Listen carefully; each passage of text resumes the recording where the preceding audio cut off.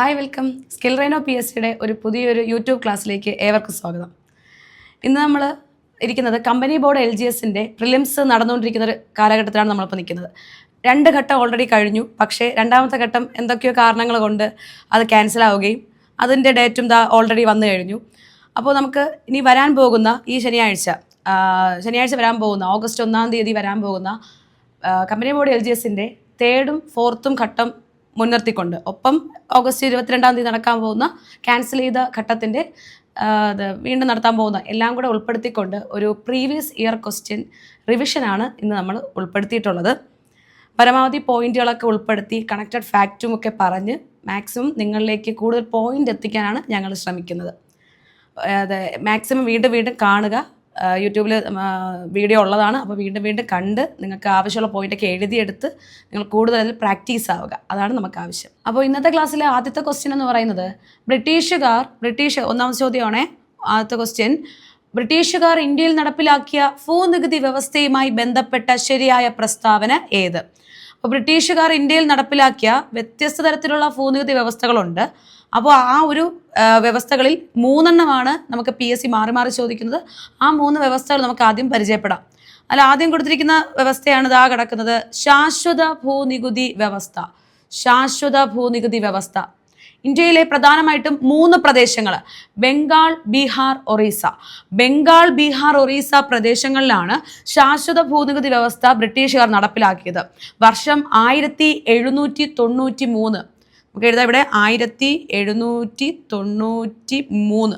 1793 അന്നത്തെ പ്രഭുവായിട്ടുള്ള കോൺവാലിസ് പ്രഭുവാണ് ഈ ഭൂനികുതി വ്യവസ്ഥ ഇന്ത്യയിൽ കൊണ്ടുവന്നത്. എവിടെയൊക്കെയാണ്? ബംഗാൾ, ബീഹാർ, ഒറീസ.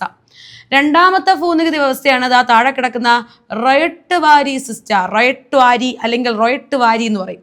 റൊയട്ട് വാരി സിസ്റ്റം അല്ലെങ്കിൽ റൊയട്ട് വാരി വ്യവസ്ഥ വന്നത് ദക്ഷിണേന്ത്യയിലാണ്. അപ്പം നമ്മളൊക്കെ ഉള്ളത് ദക്ഷിണേന്ത്യയിലാണല്ലോ. അപ്പം നമ്മൾ ദക്ഷിണേന്ത്യക്കാർ കൈയിട്ട് വാരും എന്ന രീതിയിലൊന്ന് ചിന്തിച്ച് നോക്കിയാൽ മതി. അപ്പോൾ റൊയട്ട് വാരി വ്യവസ്ഥ വന്നത് എവിടെയാണ്? ദക്ഷിണേന്ത്യയിലാണ്. മൂന്നാമത്തത് ഏറ്റവും താഴെ കിടപ്പുണ്ട്. ഇതാണ് മഹൽവാരി വ്യവസ്ഥ. ഇന്ത്യയിലെ നോർത്ത് വെസ്റ്റ് പ്രൊവിൻസുകളിൽ, അതായത് വടക്ക് പടിഞ്ഞാറൻ പ്രവിശ്യകളിൽ, പ്രത്യേകം പറഞ്ഞാൽ പഞ്ചാബ്, വടക്ക് പടിഞ്ഞാറൻ പ്രവിശ്യകളിൽ, അതുപോലെ പഞ്ചാബ് എന്നൊക്കെ എടുത്ത് ചോദിച്ചാൽ നമുക്ക് പറയാം മഹൽവാരി സിസ്റ്റം. ഇങ്ങനത്തെ 3 വ്യവസ്ഥകളുണ്ട്. അപ്പോൾ നമ്മൾ ഒന്നിൻ്റെ വർഷമേ പറഞ്ഞിട്ടുള്ളൂ. ശാശ്വത ഭൂനികുതി വ്യവസ്ഥ വന്നത് 1793 റൊയട്ട് വാരി വന്നത് 1820. റൊയട്ട് വാരി വന്നത് എന്നാണ്? 1820. എന്നാൽ 2 വർഷം കഴിഞ്ഞു മഹൽവാരി വരുന്നു 1822. അപ്പോൾ വർഷങ്ങൾ മാത്രം ഒന്ന് പരിചയപ്പെടാം. ശാശ്വത ഭൂനികുതി വ്യവസ്ഥ 1793 ആര് കൊണ്ടുവന്നു? കോൺവാലിസ് പ്രഭു, ബംഗാൾ, ബീഹാർ, ഒറീസ പ്രദേശങ്ങളിൽ. അടുത്ത് വരുന്നു 1820 റൊയട്ട് വാരി സിസ്റ്റം അല്ലെങ്കിൽ റൊയട്ട് വാരി വ്യവസ്ഥ എവിടെയാണ്? ദക്ഷിണേന്ത്യയിൽ. റൊയട്ട് വാരി കൊണ്ടുവന്ന വ്യക്തിയുടെ പേര് നമുക്ക് ഓർക്കാം, തോമസ് മൺറോ. അങ്ങനെ തന്നെ പഠിക്കുക, തോമസ് മൺറോ. അടുത്ത് വരുന്നു മഹൽവാരി. 1822 മഹൽവാരി വ്യവസ്ഥ വന്നത് വടക്ക് പടിഞ്ഞാറൻ പ്രവിശ്യകളിൽ, പഞ്ചാബ് പോലുള്ള പ്രവിശ്യകൾ എന്ന് പറഞ്ഞിരുന്നു.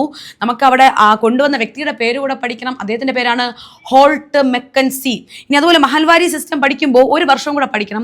1822 പുറമെ 1833 എന്ന വർഷം കൂടെ ആ വ്യവസ്ഥയിൽ പഠിക്കണം. കാരണം 1822 ഹോൾട്ട് മെക്കൻസിയാണ് ഈ വ്യവസ്ഥ കൊണ്ടുവന്നതെങ്കിലും 1833 ഈ വ്യവസ്ഥ പരിഷ്കരിച്ച വ്യക്തി ആര്? വില്യം ബെന്റിക് പ്രഭു. ഇന്ത്യയിൽ സതി നിർത്തലാക്കിയ വ്യക്തിയാണ് വില്യം ബെന്റിക് പ്രഭു. അപ്പോൾ അദ്ദേഹം വന്ന് 1833 എന്ത് ചെയ്യുന്നു? ഇതിനെ പരിഷ്കരിക്കുന്നു. 22, 33 റിപ്പീറ്റ് നമ്പർ ആണല്ലോ, കുഴപ്പമില്ല. അപ്പോൾ ഇത്രയാണ് നമുക്ക് ഭൂനികുതി വ്യവസ്ഥയുമായി ബന്ധപ്പെടുത്തിയിട്ടുള്ള പ്രധാനപ്പെട്ട പോയിന്റ്സ്. ഇനി നമുക്ക് ഓപ്ഷനിലേക്കൊന്ന് വരാം. ഇതെല്ലാം അങ്ങ് പോട്ടെ, ഓപ്ഷനിലേക്കൊക്കെ ഒന്ന് വരാം. ഒന്നാമത്തെ ഓപ്ഷൻ എന്താ? ബംഗാളിൽ നടപ്പിലാക്കിയ ഭൂനികുതി വ്യവസ്ഥയാണ് ശാശ്വത ഭൂനികുതി വ്യവസ്ഥ. ശരിയല്ലേ? ആണ്. കാരണം ശാശ്വത ഭൂനികുതി വ്യവസ്ഥ ബംഗാൾ, ബീഹാർ, ഒറീസ. അപ്പോൾ ഇവിടെ ബംഗാൾ എന്ന് പറഞ്ഞാലും ശരിയാണ്. അപ്പോൾ അത് ശരി. ഇപ്പൊ തന്നെ ഉത്തരവായി കഴിഞ്ഞു. നമുക്ക് അടുത്ത തെറ്റും കൂടെ നോക്കാം. ബംഗാളിൽ നടപ്പിലാക്കിയ ഭൂനികുതി വ്യവസ്ഥ റേട്ട് വാരിയാണെന്ന്. തെറ്റ്. റേട്ട് വാരി എവിടെയാ? ദക്ഷിണേന്ത്യയിലാണ്. അടുത്ത് വടക്കു പടിഞ്ഞാറ് എന്ന് പറയുമ്പോൾ നോർത്ത് വെസ്റ്റ് പ്രൊവിൻസ് പഞ്ചാബ്, അതിലേതാ? മഹൽവാരി. അപ്പൊ ഇത് തെറ്റാണല്ലോ. അപ്പൊ ഈ ബി ഓപ്ഷനും തെറ്റാണ്, സി ഓപ്ഷനും തെറ്റാണ്. അടുത്ത ബംഗാൾ വരണ്ട, ബംഗാൾ മഹൽവാരി അല്ലല്ലോ. എന്തായാലും തെറ്റ്. അപ്പൊ 3 ഭൂനികുതി വ്യവസ്ഥ അഥവാ 3 ലാൻഡ് റവന്യൂ സിസ്റ്റംസ് നമ്മൾ മറന്നു പോകരുത്. വർഷങ്ങൾ, കൊണ്ടുവന്ന വ്യക്തി, സിസ്റ്റം എല്ലാം പഠിക്കുക. അപ്പോൾ ഇവിടുത്തെ ഉത്തരം ഏതാണ്? ഓപ്ഷൻ എ ആണ്. ഓപ്ഷൻ എ ആണ്. രണ്ടാമത്തെ ക്വസ്റ്റ്യൻ, ചോർച്ചാ സിദ്ധാന്തത്തിന്റെ ഉപജ്ഞാതാവ് ആരെന്നാണ് ക്വസ്റ്റ്യൻ. ചോർച്ചാ സിദ്ധാന്തത്തിന്റെ ഉപജ്ഞാതാവ്. രണ്ടാമത്തെ ക്വസ്റ്റ്യൻ ഇവിടെ 2 മുകളിൽ എഴുതിയിരിക്കാം.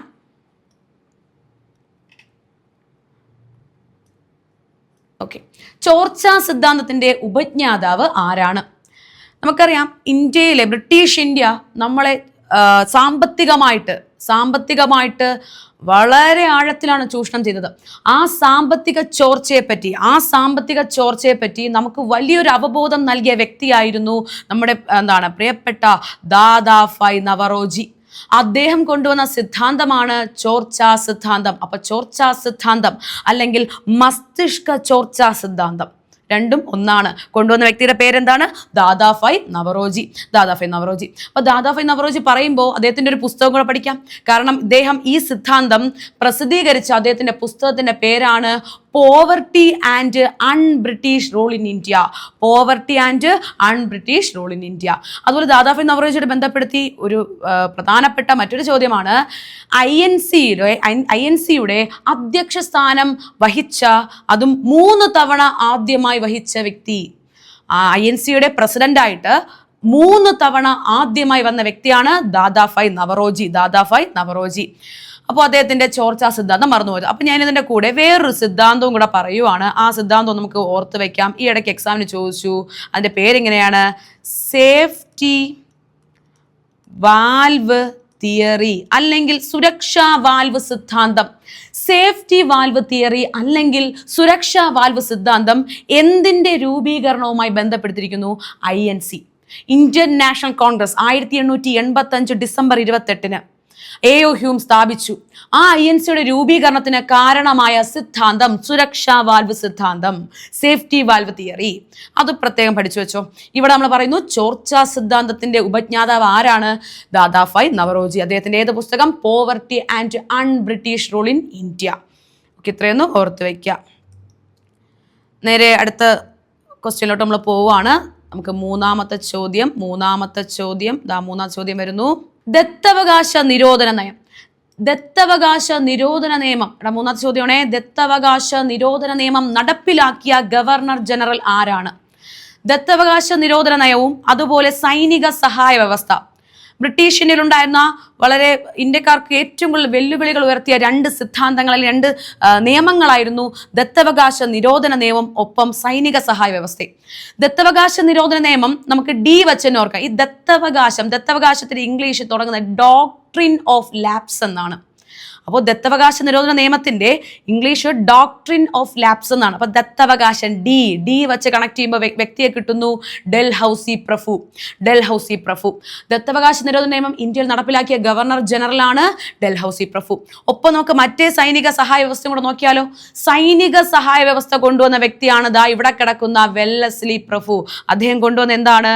സൈനിക സഹായ വ്യവസ്ഥ, സബ്സിഡറി അലയൻസ് എന്ന് പറയും. സൈനിക സഹായ വ്യവസ്ഥ കൊണ്ടുവന്നത് വെല്ലസ്ലി പ്രഭു ആണ്. ഇവിടത്തെ ഉത്തരം ഡൽഹൌസിയാണ്. കാരണം ദത്തവകാശം D വെച്ച് കണക്ട് ചെയ്യുക. ഡൽഹൌസി 1848 ഈ നിയമം കൊണ്ടുവരുന്നത്.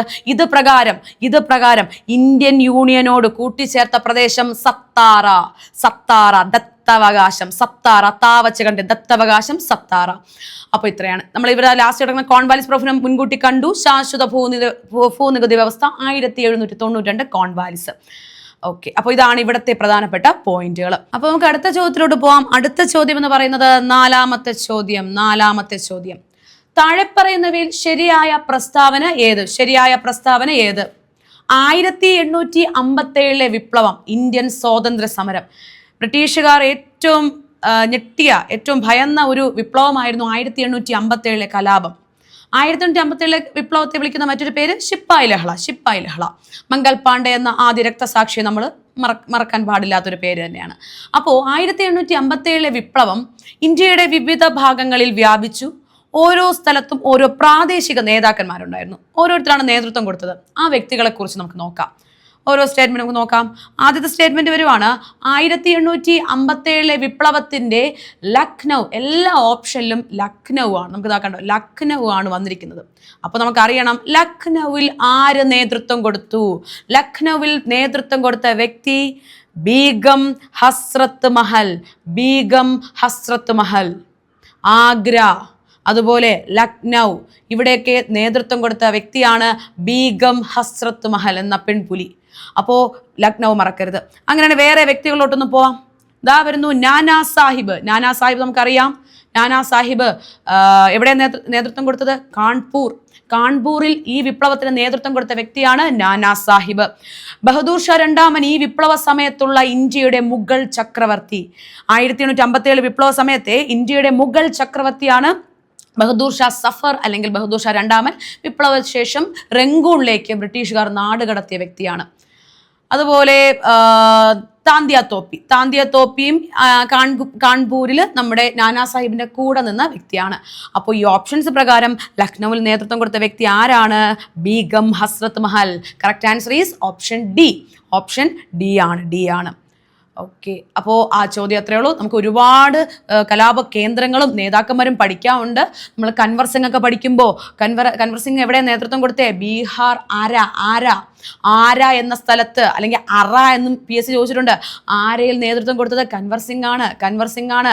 അതുപോലെ മഥുര ഏത് രഥത്തിന്റെ ഉത്തർപ്രദേശിലെ മഥുരയിൽ നേതൃത്വം കൊടുത്തത് ദേവി സിംഗ് ആണ്. അതുപോലെ നമുക്ക് ആസാമിൽ ദിവാൻ മണിറാം ദത്ത. ഇങ്ങനെ ഒരുപാട് വ്യക്തികളുണ്ട്. ഈ ക്വസ്റ്റ്യൻ എല്ലാം പറയാൻ നമുക്ക് ഇതിൽ സമയം ഇല്ലാത്തത് കൊണ്ട് തന്നെ ഈ ക്വസ്റ്റ്യൻ പറഞ്ഞങ്ങ് പോവുകയാണ്. ലക്നൗ മറക്കരുത്, ആഗ്ര, ലക്നൗ, ഈ രണ്ട് സ്ഥലത്തും ബീഗം ഹസ്രത്ത് മഹൽ. അങ്ങനെയാണെങ്കിൽ നമുക്ക് അഞ്ചാമത്തെ ക്വസ്റ്റ്യനിലോട്ട് പോവാം. ഇന്ത്യയുടെ പതാകയായി ത്രിവർണ പതാക. നിലവിൽ ഇന്ത്യക്ക് ത്രിവർണ പതാകയാണല്ലോ. അപ്പോൾ ഈ ത്രിവർണ പതാക അംഗീകരിച്ച കോൺഗ്രസ് സമ്മേളനം, INC സമ്മേളനം ഏത്? ഇന്ത്യയുടെ പതാകയായി ത്രിവർണ പതാക. അപ്പോൾ നമ്മുടെ കീ വേർഡ് അതാണ് ത്രിവർണ പതാക. ക്വസ്റ്റ്യൻ വായിക്കുമ്പോഴും എക്സാം ഹാളിൽ ഇരിക്കുമ്പോഴും ക്വസ്റ്റ്യൻ വായിക്കുമ്പോൾ കീ വേർഡ് നിങ്ങൾ അണ്ടർലൈൻ ചെയ്യണം. അത് ത്രിവർണ പതാക. ഇനി അല്ലെ സ്റ്റേറ്റ്മെന്റ് വരുമ്പോൾ ശരി ഏത് തെറ്റേത് അത് അണ്ടർലൈൻ ചെയ്യണം. അത് നിങ്ങൾ ഇടയ്ക്കിടയ്ക്ക് കണ്ണിലിങ്ങനെ കാണണം. കാരണം പലർക്കും കൺഫ്യൂഷൻ വന്ന് തെറ്റിക്കാനുള്ള ചാൻസ് കൂടുതലാണ്. അപ്പോൾ ത്രിവർണ പതാക അംഗീകരിച്ച സമ്മേളനമാണ് ദാ കിടക്കുന്നു. ഓപ്ഷൻ എ കറാച്ചി സമ്മേളനം. 1931. വർഷം ഞാൻ ഇങ്ങോട്ട് ഇവിടെ എഴുതാം. 1931. കറാച്ചി സമ്മേളനം 1931 മറ്റൊരു പ്രത്യേകത മൗലിക അവകാശങ്ങളുടെ പ്രമേയം പാസാക്കി. അപ്പൊ മറന്നു പോകരുത്. നമ്മൾ 5ാമത്തെ ചോദ്യം നിൽക്കുന്നത്. Question number 1 എഴുതിപ്പോ. 1931 കറാച്ചി സമ്മേളനം, INCയുടെ കറാച്ചി സമ്മേളനത്തിൽ എന്ത് ചെയ്തു? ത്രിവർണ പതാക, ഇന്ത്യൻ പതാകയെ അംഗീകരിച്ചു. ഒപ്പം മൗലിക അവകാശങ്ങളുടെ പ്രമേയം പാസാക്കി. ഇതിന്റെ അധ്യക്ഷൻ ആരായിരുന്നു? മൗലികാവകാശം എന്ന് പറയുമ്പോൾ നമുക്ക് നേരെ പോവാം. പട്ടേൽ സർദാർ വല്ലഭായ് പട്ടേൽ ആയിരുന്നു ഇതിന്റെ അധ്യക്ഷൻ. എന്നാൽ ഈ മൗലിക അവകാശങ്ങളുടെ പ്രമേയം എഴുതി തയ്യാറാക്കിയത് നെഹ്റു ആണ്. അതിന്റെ അധ്യക്ഷൻ ആരായിരുന്നു? ഈ പറഞ്ഞ പട്ടേലായിരുന്നു. ഇനി കൊൽക്കത്ത സമ്മേളനം പറയുമ്പോൾ കൊൽക്കത്ത ഒരുപാട് സമ്മേളനമുണ്ട്. പക്ഷെ കൊൽക്കത്ത എന്ന നഗരത്തിന്റെ ഒരു പ്രത്യേകത പറയാം. സ്വാതന്ത്ര്യം ലഭിക്കുന്നതിന് മുമ്പ് INCയുടെ സമ്മേളനങ്ങൾക്ക് വേദിയായതിൽ വച്ച് ഏറ്റവും കൂടുതൽ വേദിയായ നഗരം. INC സമ്മേളനത്തിന് ഏറ്റവും കൂടുതൽ വേദിയായത് സ്വാതന്ത്ര്യത്തിന് മുമ്പ് ചോദിച്ചാൽ കൊൽക്കത്ത, സ്വാതന്ത്ര്യം കിട്ടിയതിന് ശേഷം ചോദിച്ചാൽ ന്യൂഡൽഹി. അപ്പോൾ സ്വാതന്ത്ര്യത്തിന് മുമ്പ് കൊൽക്കത്ത, ശേഷം ഡൽഹി. അപ്പോൾ കൊൽക്കത്ത സമ്മേളനം ഒരുപാടുണ്ട്, അത് നമുക്ക് പറഞ്ഞാൽ തീരൂല. പിന്നെ നമുക്ക് ഓർക്കേണ്ട ലാഹോർ സമ്മേളനമാണ് 1929. ഏറ്റവും വലിയ പ്രത്യേകത എന്താണ്? നമ്മുടെ ഇന്ത്യയുടെ ആദ്യത്തെ സ്വാതന്ത്ര്യ ദിനമായി ജനുവരി 26 ആഘോഷിക്കാൻ തീരുമാനിച്ചു. 1930 ജനുവരി 26 ഇന്ത്യ സ്വാതന്ത്ര്യദിനം, ആദ്യത്തെ സ്വാതന്ത്ര്യദിനം ആചരിക്കണമെന്ന് തീരുമാനിക്കുകയാണ്. പിന്നീട് അത് മാറുകയാണ് ചെയ്യുന്നത്. എന്തായാലും ലാഹോർ സമ്മേളനം 1929. ലാഹോർ ഇന്നത്തെ പാകിസ്ഥാനാണ്, ഓർത്തു വയ്ക്കുക. അതുപോലെ ലാഹോർ സമ്മേളനം ഏറ്റവും വലിയ പ്രത്യേകത എന്താ? നിയമലംഘന പ്രസ്ഥാനം. നിസ്സഹരണമല്ല, നിയമലംഘന പ്രസ്ഥാനത്തിന് അംഗീകാരം കൊടുത്തു. ഗാന്ധിജി ഉടൻ തന്നെ നിയമലംഘന പ്രസ്ഥാനം എന്ന പേരിൽ ഒരു പ്രസ്ഥാനം ആരംഭിക്കണം, അത് ഇന്ത്യക്ക് അടിയന്തരമായി വേണം എന്നൊരു ആവശ്യം ഉന്നയിച്ചതും ലാഹോർ സമ്മേളനത്തിനാണ്. 1929 ലാഹോർ, നെഹ്റു ആണ് അധ്യക്ഷൻ. നെഹ്റു. അപ്പോൾ ഇവിടുത്തെ ചോദ്യം, ഇന്ത്യയുടെ പതാകയെ ത്രിവർണ്ണ പതാക അംഗീകരിച്ച് ചെയ്ത സമ്മേളനത്തിലാണ്? കറാച്ചി. ഓക്കെ, അങ്ങനെയാണെങ്കിൽ നമുക്ക് നേരെ അടുത്ത 6ാമത്തെ ക്വസ്റ്റ്യനോട് പോവാം. 6ാമത്തെ ക്വസ്റ്റ്യൻ, ഇന്ത്യൻ ഭരണഘടനയുടെ ആമുഖം തയ്യാറാക്കിയതാര്? ഇന്ത്യൻ ഭരണഘടനയുടെ ആമുഖം തയ്യാറാക്കിയതാര്? ആമുഖം എന്ന് പറയുമ്പോൾ ഒരു പേര് മാത്രമേ നമുക്ക് ഓർമ്മ വരുള്ളൂ. അദ്ദേഹത്തിന്റെ പേരാണ് നെഹ്റു. ജവഹർലാൽ നെഹ്റു. ജവഹർലാൽ നെഹ്റു തയ്യാറാക്കിയ ലക്ഷ്യപ്രമേയമാണ് പിൽക്കാലത്ത് ഇന്ത്യൻ ഭരണഘടനയുടെ ആമുഖമായി മാറിയത്. നെഹ്റു തയ്യാറാക്കിയ ലക്ഷ്യപ്രമേയമാണ് പിൽക്കാലത്ത് ആമുഖമായിട്ട് രൂപം മാറിയതെന്നും കൂടെ മനസ്സിലാക്കി വയ്ക്കുക. അപ്പോൾ ഭരണഘടനയുടെ ആമുഖം അഥവാ പ്രിയാമ്പിൾ തയ്യാറാക്കിയത് ആരാണ്? ജവഹർലാൽ നെഹ്റു. ആമുഖം പറയുമ്പോൾ ഇന്ത്യയുടെ ആമുഖം എത്ര തവണ ഭേദഗതിക്ക് വിധേയമായി? ഒരൊറ്റ തവണ. 1976 42ാം ഭേദഗതി. 1976 42ാം ഭേദഗതിയിൽ മാത്രമാണ് ഇന്ത്യൻ ഭരണഘടനയുടെ ആമുഖം ഭേദഗതി ചെയ്യപ്പെട്ടത്. അതുപോലെ ഇന്ത്യൻ ഭരണഘടനയുടെ ആമുഖം പ്രകാരം ഇന്ത്യ നമ്മൾ പഠിക്കുന്ന കോഡാണ് എന്ത്? പസമജറി. എന്താ പസമജറി? പ എന്ന് പറയുമ്പോൾ എന്താണ്? അത് പസമജറി. പ എന്ന് പറയുമ്പോൾ പരമാധികാരം, സോഷ്യലിസം അല്ലെങ്കിൽ സ്ഥിതി സമത്വം, മതേതരത്വ, ജനാധിപത്യ റിപ്പബ്ലിക്കാണ് ഇന്ത്യ. പരമാധികാര, സ്ഥിതി സമത്വ, മതേതരത്വ, ജനാധിപത്യ റിപ്പബ്ലിക് രാജ്യമാണ് ഇന്ത്യ അല്ലെങ്കിൽ ഭാരതം എന്നൊക്കെ നമുക്ക് പറയാൻ പറ്റും. അത് ആമുഖം പ്രകാരമാണെന്നും കൂടെ ഓർത്തു വയ്ക്കുക. അപ്പോൾ ഇതായിരുന്നു നമ്മുടെ 6ാമത്തെ ചോദ്യം. അങ്ങനെയാണെങ്കിൽ നമുക്ക് നേരെ അടുത്ത സ്ലൈഡിലോട്ട് പോവാം. തിരഞ്ഞെടുക്കപ്പെടുന്ന രാഷ്ട്രത്തലവനുള്ള രാജ്യം ഏതു പേരിൽ അറിയപ്പെടുന്നു? തിരഞ്ഞെടുക്കപ്പെടുന്ന രാഷ്ട്രത്തലവൻ, അത് നമ്മളിപ്പോൾ പറഞ്ഞ ആ ഒരു കോൺസെപ്റ്റിൽ അതുണ്ട്, പസമജറിയിലുണ്ട്. അതിൻ്റെ പേരാണ് റിപ്പബ്ലിക്. ഇന്ത്യയുടെ രാഷ്ട്രത്തലവനാണ് രാഷ്ട്രപതി. അദ്ദേഹത്തെ തിരഞ്ഞെടുക്കപ്പെടുന്ന അല്ലാതെ കുടുംബ പാരമ്പര്യമോ അല്ലെങ്കിൽ ഒരു സൈനിക വ്യവസ്ഥയോ അല്ല. ജനങ്ങൾ തിരഞ്ഞെടുക്കുന്നു. ജനങ്ങൾ നേരിട്ടല്ലെങ്കിലും പ്രത്യക്ഷമല്ലെങ്കിലും പരോക്ഷമായാണെങ്കിലും തിരഞ്ഞെടുപ്പ് നടക്കുന്നുണ്ട്. അപ്പോൾ തിരഞ്ഞെടുക്കുന്ന രാഷ്ട്രത്തലവനുള്ള രാജ്യം ഏതൊരു പേരിൽ അറിയപ്പെടുന്നു? അതിൻ്റെ പേരാണ് റിപ്പബ്ലിക്. അപ്പോൾ ഇത് 7ാമത്തെ ചോദ്യമായിരുന്നു. 7ാമത്തെ ചോദ്യം റിപ്പബ്ലിക്. ഓക്കെ, അങ്ങനെ നമുക്ക് നേരെ അടുത്ത ചോദ്യത്തോട്ട് പോവാം. ഓക്കെ, 8ാമത്തെ ചോദ്യം എന്താ പറയുന്നത്? 8ാമത്തെ ചോദ്യം ഞാൻ ഇവിടെ മുകളിൽ എഴുതാം. 8. 8ാമത്തെ ചോദ്യം വരുവാണ്. ഇന്ത്യൻ ഭരണഘടനയിൽ ക്ഷേമരാഷ്ട്ര സങ്കല്പത്തെക്കുറിച്ച് എവിടെയാണ് പ്രതിപാദിച്ചിരിക്കുന്നത്? ഇന്ത്യയിൽ ക്ഷേമരാഷ്ട്ര സങ്കല്പങ്ങൾ ഒരുപാട് പോയിന്റ് ഉണ്ട്. ഇന്ത്യൻ ഭരണഘടനയുടെ ഏതു ഭാഗത്താണ് ഇന്ത്യയുടെ ക്ഷേമരാഷ്ട്രം അല്ലെങ്കിൽ വെൽഫെയർ സ്റ്റേറ്റ് ആ സങ്കല്പത്തെക്കുറിച്ച് പറയുന്നത് ഏത് ഭാഗമാണെന്ന് ചോദിച്ചാൽ നിസ്സംശയം പറയാം, നിർദ്ദേശക തത്വങ്ങളിൽ. Directive principles of state. സംസ്ഥാനം എന്നല്ല, സ്റ്റേറ്റ് എന്ന വാക്കിൻ്റെ അർത്ഥം രാഷ്ട്രം എന്നാണ്. രാഷ്ട്രത്തിൻ്റെ നിർദ്ദേശക തത്വങ്ങളിൽ അവിടെയാണ് ഇന്ത്യയുടെ ക്ഷേമരാഷ്ട്ര സങ്കല്പം. ഗാന്ധിജിയുടെ സങ്കല്പങ്ങളെല്ലാം വരുന്നത് നിർദ്ദേശക തത്വങ്ങളിലാണ്. നിർദ്ദേശക തത്വങ്ങൾ ഇന്ത്യ എവിടെ നിന്ന് കടമെടുത്തിരിക്കുന്നു? അയർലൻഡിൽ നിന്നും എടുത്തിരിക്കുന്നു. അയർലൻഡിൽ നിന്നുമാണ്, ഐറിഷ് ഭരണഘടന അല്ലെങ്കിൽ അയർലൻഡ്, അവിടെ നിന്നുമാണ് നിർദ്ദേശ തത്വങ്ങൾ എന്ത് ചെയ്തിരിക്കുന്നത്? കടമെടുത്തിരിക്കുന്നത്. എന്നാൽ മൗലിക അവകാശം എവിടെ നിന്നാണ്? അമേരിക്കയിൽ നിന്നും. അതുപോലെ മൗലിക കടമ സോവിയറ്റ് യൂണിയൻ അല്ലെങ്കിൽ USSR അല്ലെങ്കിൽ റഷ്യയിൽ നിന്നുമാണെന്നും കൂടെ ഓർത്തു വയ്ക്കുക. അപ്പോൾ ഇന്ത്യൻ ഭരണഘടനയിൽ ക്ഷേമ രാഷ്ട്ര സങ്കല്പത്തെക്കുറിച്ച് എവിടെ പറയുന്നു? നിർദ്ദേശക തത്വങ്ങൾ. അപ്പോൾ അത് ഓർത്തുകൊണ്ട് തന്നെ അടുത്ത ക്വസ്റ്റ്യനിലോട്ട് പോവാം. വീണ്ടും ഒരു ഭരണഘടനാ ചോദ്യമാണ്. ഇന്ത്യൻ ഭരണഘടനയുടെ മൗലിക അവകാശങ്ങളുമായി ബന്ധപ്പെട്ട ശരിയായ പ്രസ്താവന. ഇന്ത്യൻ ഭരണഘടനയുടെ മൗലിക അവകാശങ്ങളുമായി ബന്ധപ്പെട്ട ശരിയായ പ്രസ്താവന ഏതെന്നാണ് ചോദ്യം.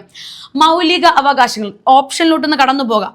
എല്ലായിടവും കൊടുത്തിരിക്കുന്നത് ഒരേ ആളുകളാണ്. മൗലികാവകാശം എന്താ കണ്ടോ, എല്ലാം മൗലിക അവകാശം. അപ്പൊ അത് ഏത് ഭാഗത്തിലെന്നാണ് ചോദ്യം. മൗലിക അവകാശം ഇന്ത്യൻ ഭരണഘടനയുടെ ഏത് ഭാഗത്തിലാ? ഭാഗം 3. അപ്പോൾ ഇന്ത്യൻ ഭരണഘടനയുടെ ഭാഗം 3 മൗലികാവകാശം. എന്നാൽ ഭാഗം 4 മാർഗനിർദ്ദേശ തത്വങ്ങൾ, നേരത്തെ പറഞ്ഞ ക്ഷേമരാഷ്ട്ര സങ്കല്പങ്ങൾ അടങ്ങിയ മാർഗനിർദ്ദേശ തത്വം. എന്നാൽ 4A കടമ. കാരണം ഇന്ത്യൻ ഭരണഘടന നിലവിൽ വരുമ്പോൾ കടമകളില്ല.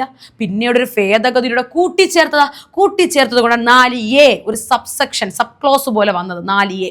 അപ്പോൾ ഓർത്ത് വയ്ക്കുക, 3 അവകാശങ്ങളും 4 മാർഗനിർദ്ദേശത്വം, 4A മൗലിക കടമ. അപ്പോൾ ഇവിടുത്തെ ഓപ്ഷൻ ഏതാണ്? ഉത്തരം സി ആണ്. മൗലിക അവകാശങ്ങൾ ഭാഗം 3 ഉൾപ്പെടുത്തിയിരിക്കുന്നു. അപ്പോൾ നേരെ നമുക്ക് 10ാമത്തെ ചോദ്യത്തിലോട്ട് പോകാം. 10ാമത്തെ ചോദ്യം ഇപ്രകാരമാണ്. ഇന്ത്യൻ ഭരണഘടനയുടെ അനുച്ഛേദം 21A. ഇന്ത്യൻ ഭരണഘടനയുടെ അനുച്ഛേദം 21A എന്തിനുള്ള അവകാശം ഉറപ്പു നൽകുന്നു? അനുച്ഛേദങ്ങൾ 470 പരം നമ്മൾ പറയാറുണ്ട്. അതിൽ അനുച്ഛേദം 21A വളരെ ഇമ്പോർട്ടൻ്റ് ആയിട്ടുള്ള അനുച്ഛേദമാണ്. 21A ഒരുപാട് കാര്യങ്ങൾ പറയാനുണ്ട്.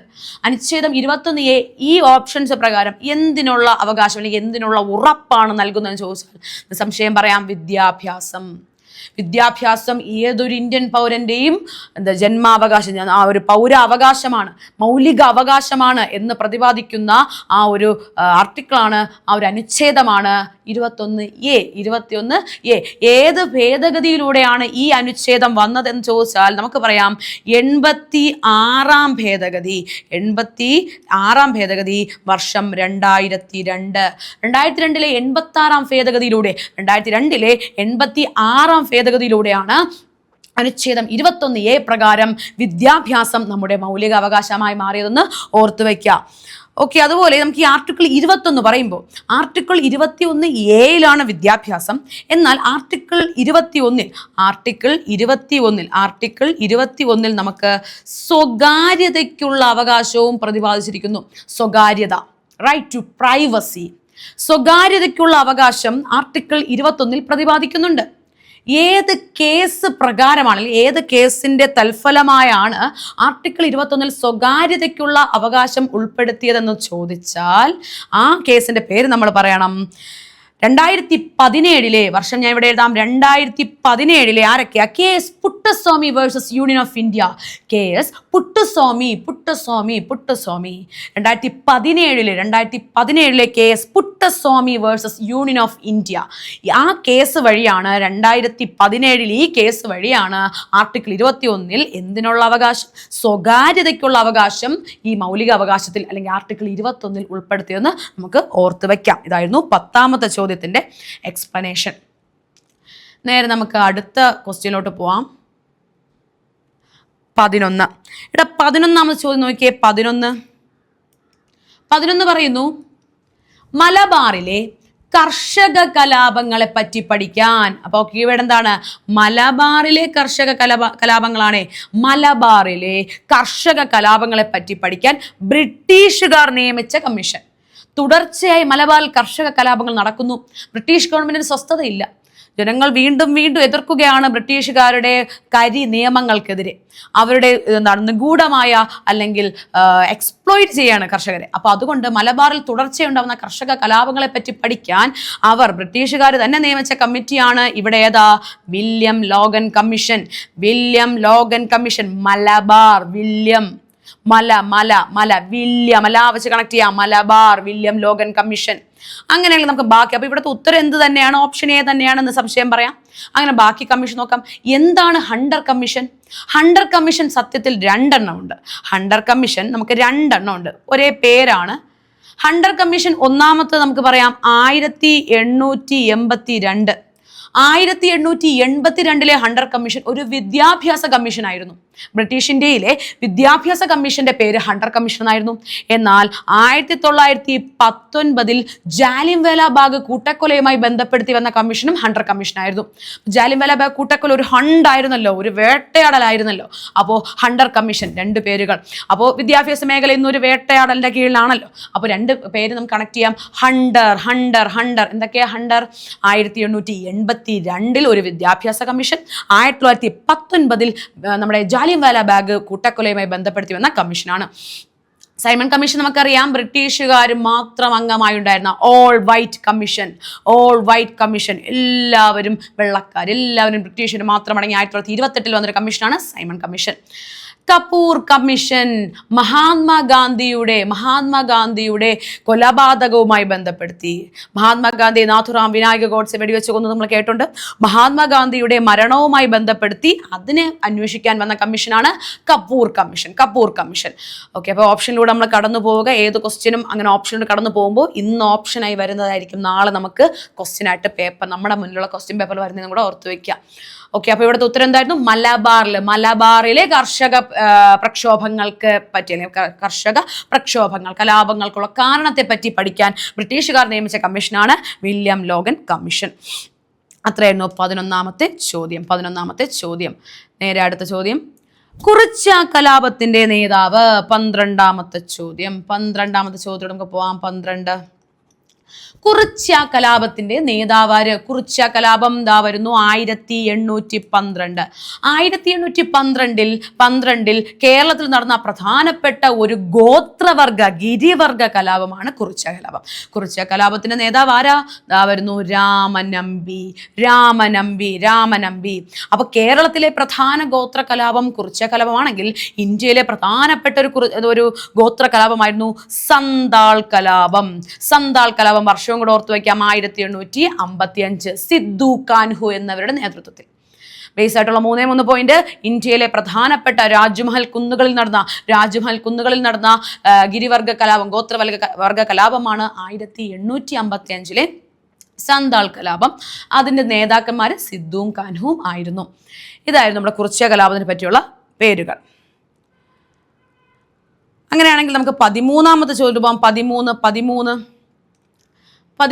കിടക്കുകയാണെങ്കിൽ സർവ്വവിദ്യാധിരാജ. എത്രയോ തവണ PSC മാറി ചോദിച്ച ചോദ്യം. സർവ്വവിദ്യാധിരാജ, അതുപോലെ ബാലഭട്ടാരകൻ, അങ്ങനെയൊക്കെ ചോദിച്ച ചോദ്യമാണ്. ഇതാ വരുന്നു 13ാമത്തെ ചോദ്യം.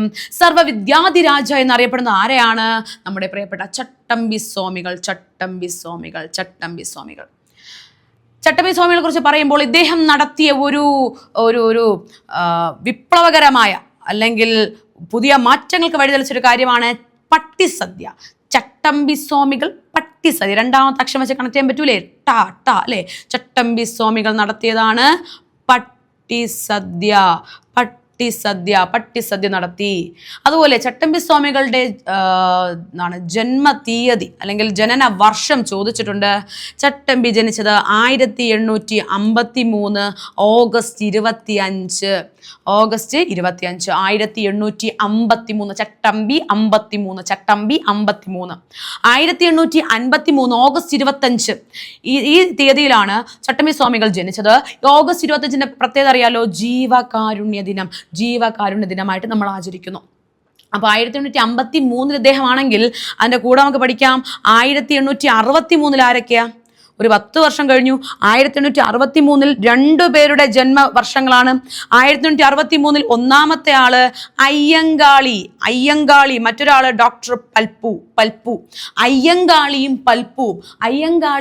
പൽപ്പുവും ജനിച്ച വർഷം 1863. പ്രീവിയസ് ചോദ്യം. ഒരേ വർഷം ജനിച്ച നവോത്ഥാന നായകന്മാർ ആരൊക്കെ? ഒരേ വർഷം ജനിച്ചത് അയ്യങ്കാളി പൽപ്പു ആയിരുന്നു അന്ന് ജോഡിയായിട്ടുണ്ടായിരുന്നത്. അപ്പോൾ അവർ രണ്ടുപേരും 1863 ഓക്കെ. അപ്പോൾ ഇവിടെ സർവ്വവിദ്യാധിരാജ എന്നറിയപ്പെടുന്ന ആരെയാണ്? ചട്ടമ്പി സ്വാമികളെയാണ്.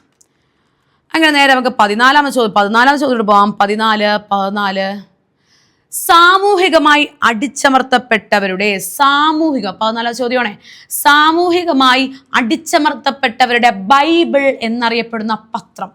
സാമൂഹികമായി അടിച്ചമർത്തപ്പെട്ട അധസ്ഥിത വർഗങ്ങൾക്ക് വേണ്ടിയുള്ള, അപ്പോൾ അടിച്ചമർത്തപ്പെട്ട ബൈബിൾ എന്നറിയപ്പെടുന്ന പത്രമാണ് ദാ കിടക്കുന്നു മിതവാദി. മിതവാദി എന്ന പത്രത്തിന്റെ പ്രത്യേകത എന്താണ്? സാമൂഹികമായി അടിച്ചമർത്തപ്പെട്ടവരുടെ ബൈബിൾ എന്നാണ് ഈ പത്രത്തെ അറിയപ്പെടുന്നത്. അങ്ങനെയാണ് നമുക്ക് അടുത്ത 15ാമത് ചോദ്യം. 15 ഇങ്ങനെയായിരുന്നു. കല്ലുമാല പ്രക്ഷോഭത്തിന്റെ നേതാവ്. ആരാണ്? കല്ലുമാല. 1915. കല്ലുമാല പ്രക്ഷോഭത്തിന്റെ നേതാവാണ് നമ്മുടെ പ്രിയപ്പെട്ട ആരാണ്? 15. Option B Ayyankali. ഇപ്പൊ പറഞ്ഞതേയുള്ളൂ. 1863 അയ്യങ്കാളി പൽപ്പു. ഒരേ ജനന വർഷം, തീയതി വ്യത്യാസമാണ്. 1863 ജനിച്ച അയ്യങ്കാളിയാണ് കല്ലുമാല പ്രക്ഷോഭം. 1915 കല്ലുമാല പ്രക്ഷോഭത്തിന്റെ നേതാവ്. അങ്ങനെയാണെങ്കിൽ നമ്മുടെ GP പിള്ള ഒന്ന് വെറുതെ ഓർത്തു. ഇവിടുത്തെ ഉത്തരം അയ്യങ്കാളി തന്നെയാണ്, അതിലിപ്പോൾ വേറെ ഡൗട്ടൊന്നുമില്ല. Barrister GP Pillai Malayali memorial നേതൃത്വം കൊടുത്തു 1891. 1891 1891 മലയാളി മെമ്മോറിയലിന്റെ നേതാവാണ് ബാരിസ്റ്റർ GP പിള്ള എന്ന് ഓർത്തു വയ്ക്കുക. അതുപോലെ ബാരിസ്റ്റർ GP പിള്ള എവിടത്തെ വന്ധ്യ വയോധികനാണ്? തിരുവിതാംകൂറുകാർക്ക് വേണ്ടിയാണല്ലോ അദ്ദേഹം ഇത്രയും പാടുപെട്ടത്. അപ്പോൾ തിരുവിതാംകൂറിന്റെ വന്ധ്യവയോധികൻ ബാരിസ്റ്റർ GP പിള്ള. എന്നാൽ കേരളത്തിന്റെ വന്ധ്യവയോധികൻ KP കേശവമേനോൻ. ആ 2 പേരുകളും കൂടെ ഒന്ന് ഓർത്തു വയ്ക്കാം. അത്രയായിരുന്നു 15ാമത്തെ ചോദ്യം. 16ാമത്തെ ചോദ്യം വരുന്നു. 16 ചോദ്യം ഇങ്ങനെയായിരുന്നു. G20 കൂട്ടായ്മയിൽ ഉൾപ്പെടാത്ത രാജ്യം. G20 ബ്രിക്സ്, G7, കോപ്പ്, അതുപോലെ നമ്മുടെ ആസിയാൻ, ഈ ഉച്ചകോടികളൊക്കെ PSC മാറി ചോദിക്കുന്നതാണ്. അപ്പോൾ 16ാമത്തെ ചോദ്യം വരുന്നു. G20 കൂട്ടായ്മയിൽ ഉൾപ്പെടാത്ത രാജ്യം. G20 കൂട്ടായ്മയുടെ പ്രത്യേകത 1999 രൂപം കൊണ്ട G20 കൂട്ടായ്മ അല്ലെങ്കിൽ G20 സമ്മിറ്റുകൾ നടത്താറുണ്ട് വർഷം തോറും. അത് വന്ന വർഷം 1999 സെപ്റ്റംബർ 26. 1999 സെപ്റ്റംബർ 26 നിലവിൽ വന്ന G20 കൂട്ടായ്മയിൽ നിലവിൽ 21 രാജ്യങ്ങൾ. G20 എന്നായിരുന്നു പേര്. തുടക്കത്തിൽ 20 ആയിരുന്നു. നിലവിൽ ഒരു രാജ്യം കൂടി നിലവിൽ 21 രാജ്യങ്ങളാണ്. അപ്പോൾ ഈ G20 കൂട്ടായ്മയിൽ ഉൾപ്പെടാത്ത രാജ്യം ചോദിച്ചേ. ഇതിന്റെ ഓപ്ഷൻ പ്രകാരം നമുക്ക് ഏതാണ്? Option D സിംഗപ്പൂറാണ്. ബ്രസീലും മെക്സിക്കോയും ഇന്തോനേഷ്യയും കാനഡയും അമേരിക്കയും ഇവരെല്ലാവരും, ഇന്ത്യയും G20 അംഗങ്ങളാണ്. അപ്പോൾ സിംഗപ്പൂർ G20 കൂട്ടായ്മയിൽ ഉൾപ്പെടുന്നില്ല. സിംഗപ്പൂർ എന്തിൽ വരുന്നില്ല? G20. അപ്പോൾ നമുക്ക് കുറച്ച് സ്ഥലങ്ങൾ നോക്കിയാലോ. G20 സമ്മേളനങ്ങളുടെ വേദി. അപ്പോൾ ഞാൻ ഇവിടെ എഴുതാം G20 എന്ന് പറയുമ്പോൾ നമുക്ക് ആദ്യം ഓർമ്മ വരുന്നത് ഇന്ത്യ ഒരുക്കിയ വേദിയായി. 2023 എവിടെയായിരുന്നു? ഇന്ത്യ ആയിരുന്നു വേദി. 2023 ഇന്ത്യ ആയിരുന്നു. ഉടൻ തന്നെ നമുക്ക് 24 പഠിക്കാം, 25 പഠിക്കാം, 26 പഠിക്കാം. എങ്ങനെ പഠിക്കാം? G20 എന്ന് പറയുമ്പോൾ നമ്മൾ കണ്ടു ഡൽഹിയിലെ ഭാരത മണ്ഡപത്തിൽ മുന്നിലൊരു വലിയ ഒരു നടരാജ ശില്പമൊക്കെ നമ്മൾ കണ്ടതായിരുന്നു. നടരാജ വിഗ്രഹമൊക്കെ കണ്ടതായിരുന്നു. ആ ഒരു ഭാരത മണ്ഡപത്തിൽ 2023 G20 സമ്മേളനം നടന്നത്. അപ്പോൾ ഇന്ത്യ BSA സൈക്കിള് വാങ്ങി. ഇന്ത്യ BSA സൈക്കിള് വാങ്ങി. അപ്പൊ ഇന്ത്യ 2023 നമ്മൾ ഫിക്സ് ചെയ്ത് വയ്ക്കുക. 2023 ഇന്ത്യ. അങ്ങനെയാണെങ്കിൽ നമുക്ക് ബാക്കി തുടർച്ചയായിട്ട് പഠിക്കാം. 2023 ഇന്ത്യ ആണെങ്കിൽ India BSA. B for Brazil. S for south Africa. Saudi Arabia അങ്ങോട്ട് പോലെ സൗത്ത് ആഫ്രിക്ക. A എന്ന് പറയാം അമേരിക്ക. നിലവിൽ 2026 അമേരിക്കയിലെ മിലാനാണ് വേദി. 2026. അപ്പോൾ G20 വേദികൾ 2023 ഇന്ത്യ, 24 ബ്രസീൽ, 25 സൗത്ത് ആഫ്രിക്ക, ദക്ഷിണാഫ്രിക്ക, 26 അമേരിക്ക. എങ്ങനെ പഠിക്കാം? G20 ഇന്ത്യ BSA സൈക്കിൾ വാങ്ങി. ഓക്കെ, അപ്പോൾ ഇതാണ് G20 വേദികൾ. G20 വേദികൾ പഠിക്കുമ്പോൾ നമുക്ക് ബ്രിക്സും കൂടെ പഠിക്കണ്ടേ? ബ്രിക്സ് കാരണം അതിനൊരു പ്രാധാന്യമുണ്ട്. ബ്രിക്സിന്റെ പ്രത്യേകത 2026 2026 ഇന്ത്യയാണ്. 2026 G20 2023 ഇന്ത്യ, 2026 ബ്രിക്സ് ഇന്ത്യയാണ്. അപ്പോൾ 2026 വേദി എടുത്തു പഠിക്കുക, ഇന്ത്യയാണ്. ബ്രിക്സ്. ഓക്കെ, അപ്പോൾ ഇത്രയാണ് അവിടെ പറയേണ്ടത് G20യോട് ബന്ധപ്പെടുത്തിയുള്ള പ്രധാനപ്പെട്ട കാര്യങ്ങൾ. ഈ ഓപ്ഷൻ പ്രകാരം സിംഗപ്പൂർ എന്തല്ല, G20 കൂട്ടായ്മയിലെ രാജ്യം അല്ല. 16ാമത്തെ ചോദ്യം അത്രയേ ഉള്ളൂ. അങ്ങനെയാണെങ്കിൽ 17ാമത്തെ ചോദ്യം 17. ഇസ്രായേലിൽ നിന്നും പാലസ്തീനിൽ നിന്നും തങ്ങളുടെ പൗരന്മാരെ കൊണ്ടുവരാൻ ഇന്ത്യ ആരംഭിച്ച ഓപ്പറേഷന്റെ പേര്. ഇസ്രായേൽ പാലസ്തീൻ വൻ നാശനഷ്ടം വിധിച്ച എത്ര വലിയ യുദ്ധങ്ങൾ അവിടെ നടന്നത്. ഇസ്രായേലിൽ നിന്നും പാലസ്തീനിൽ നിന്നും ഇന്ത്യക്കാരെ കൊണ്ടുവരാൻ വേണ്ടി നമ്മൾ നടത്തിയ അല്ലെങ്കിൽ ഇന്ത്യ ആരംഭിച്ച ഓപ്പറേഷനാണ് അജയ്. ഓപ്പറേഷൻ അജയ്. ഇസ്രായേൽ അതുപോലെ പാലസ്തീൻ. ഇസ്രായേൽ പാലസ്തീനിൽ നിന്ന് ഇന്ത്യൻ പൗരന്മാരെ അല്ലെങ്കിൽ ഇന്ത്യക്കാരെ കൊണ്ടുവരാൻ വന്നതാണ് അജയ്. ഏറ്റവും ലേറ്റസ്റ്റ് ആയിട്ടുള്ള ഓപ്പറേഷൻ ഞാൻ ഇവിടെ എഴുതുന്നു. ഇതാണ് പേര്, ഓപ്പറേഷൻ അമിസ്റ്റാഡ്. ഓപ്പറേഷൻ അമിസ്റ്റാഡ് ഉറപ്പായിട്ട് നമുക്ക് ഇനിയുള്ള എക്സാമിന് പ്രതീക്ഷിക്കാം. ഓപ്പറേഷൻ അമിസ്റ്റാഡ് എന്തായിരുന്നു? അടുത്തിടെ തുടർച്ചയായി 2 ഭൂചലനങ്ങൾ നടന്ന രാജ്യം വെനസ്വേല. തുടർച്ചയായി 7.1 7.2 വളരെ വലിയ നാശനഷ്ടമായിരുന്നു ആ രാജ്യത്ത്. തുടർച്ചയായി രണ്ട് തവണ ഭൂചലനം നടന്ന രാജ്യമാണ് വെനസ്വേല. ആ രാജ്യത്ത് കുടുങ്ങിയ ഇന്ത്യക്കാരെ തിരികെ എത്തിക്കാൻ ഇന്ത്യ നടത്തിയ ദൗത്യമായിരുന്നു ഓപ്പറേഷൻ അമിസ്റ്റാഡ്. ഏറ്റവും ലേറ്റസ്റ്റ് ആയിട്ടുള്ളത് ഇതാണ്, ഓപ്പറേഷൻ അമിസ്റ്റാഡ് ആണ്. അപ്പോൾ ഇവിടുത്തെ അജയ് മറക്കരുത്. ഇസ്രായേലിൽ നിന്നും പാലസ്തീനിൽ നിന്നും സിന്ധു പോലുള്ള ഒരുപാട് ഓപ്പറേഷൻ നമ്മൾ കേട്ടുണ്ട്. അമിസ്റ്റാഡ് വീണ്ടും എടുത്തു പഠിച്ചു വയ്ക്കാം. ഇതായിരുന്നു 17ാമത്തെ ചോദ്യം. 18 നമുക്ക് നോക്കാം. 18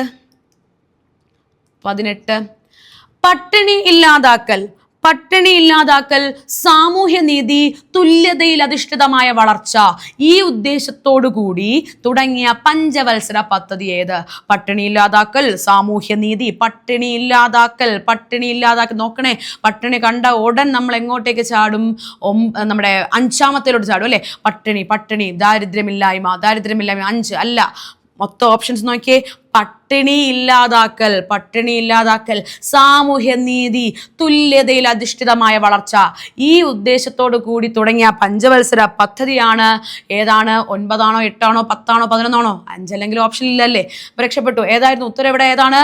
നമുക്ക് ഓപ്ഷൻ എ 9 ആണ്. 9ാം പഞ്ചവത്സര പദ്ധതി.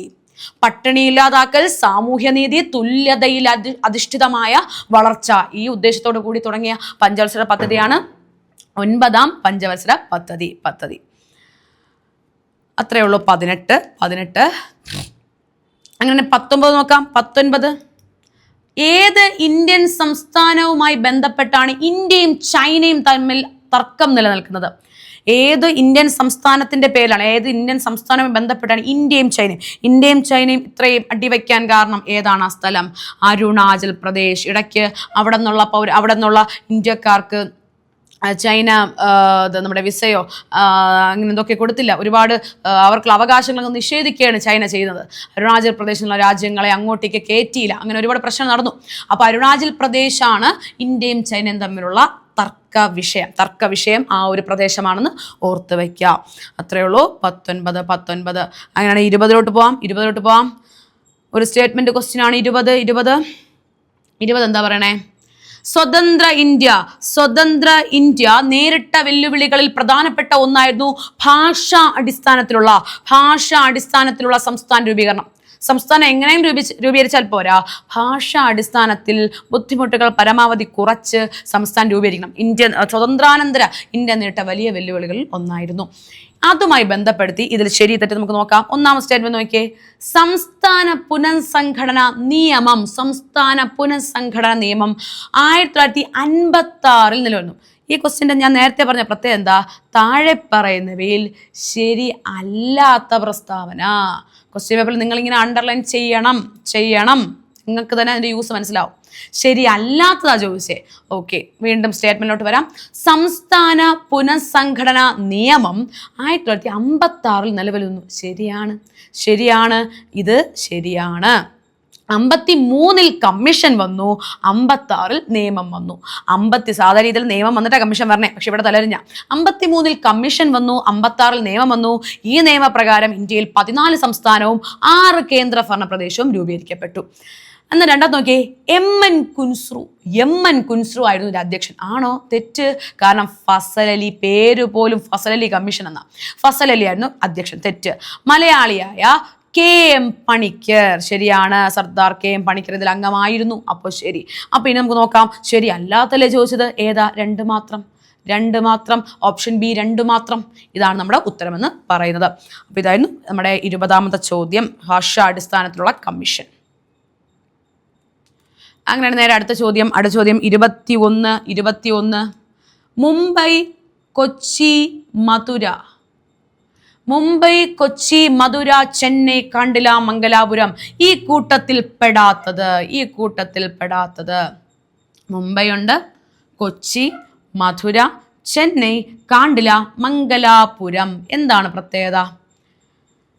നമ്മുടെ ഇന്ത്യയിലെ പ്രധാനപ്പെട്ട തുറമുഖങ്ങളാണ് ഇവിടെ കൊടുത്തിട്ടുള്ളത്.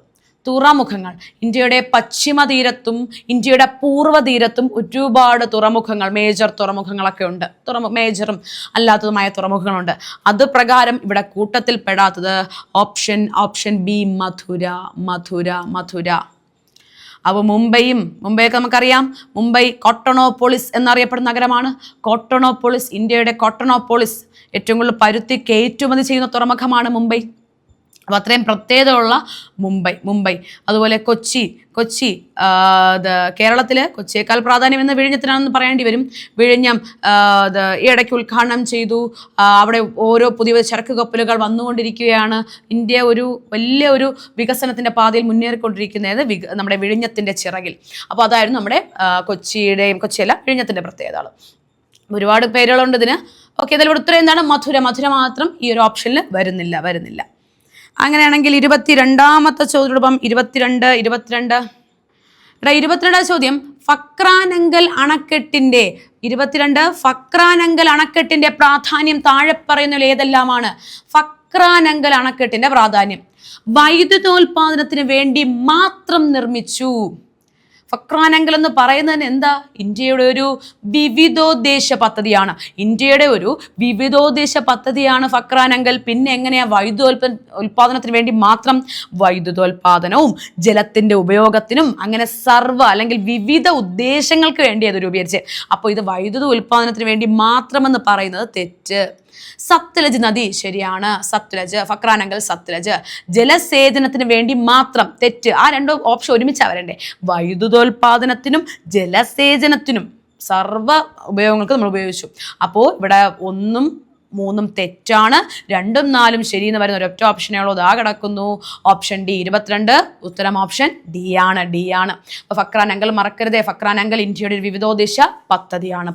ഏറ്റവും വലിയ വിവിധോദ്ദേശ പദ്ധതിയാണ് നമ്മുടെ ഫക്രാനങ്കൽ അണക്കെട്ട്. സത്ലജ് നദിയിലാണെന്നും കൂടെ ഓർത്തു വയ്ക്കുക. 22 കഴിയുന്നു. ദാ വരുന്നു 23 ഇപ്രകാരമാണ്. ഹരിത കേരള മിഷനും അതുപോലെ മഹാത്മാഗാന്ധി ഗ്രാമീണ തൊഴിലുറപ്പ് പദ്ധതിയും സംയുക്തമായി തുടങ്ങിയ പച്ചത്തുരുത്ത് എന്ന പദ്ധതി ഏതു ജില്ല? തിരുവനന്തപുരം. PSC ഫൈനൽ ആൻസർ കീയിൽ ഇത് ഡിലീറ്റ് ചെയ്ത ചോദ്യമായിരുന്നു. പക്ഷേ തിരുവനന്തപുരം പച്ചത്തുരുത്ത് എന്ന പദ്ധതി ഇവിടെയാണ് തുടങ്ങിയെന്ന് പറയുന്നുണ്ട്. വേറെ ജില്ലകളിലും ആ സമയത്ത് തുടങ്ങി, പക്ഷെ ആദ്യമായിട്ട് തുടങ്ങിയത് തിരുവനന്തപുരം തന്നെയാണ്.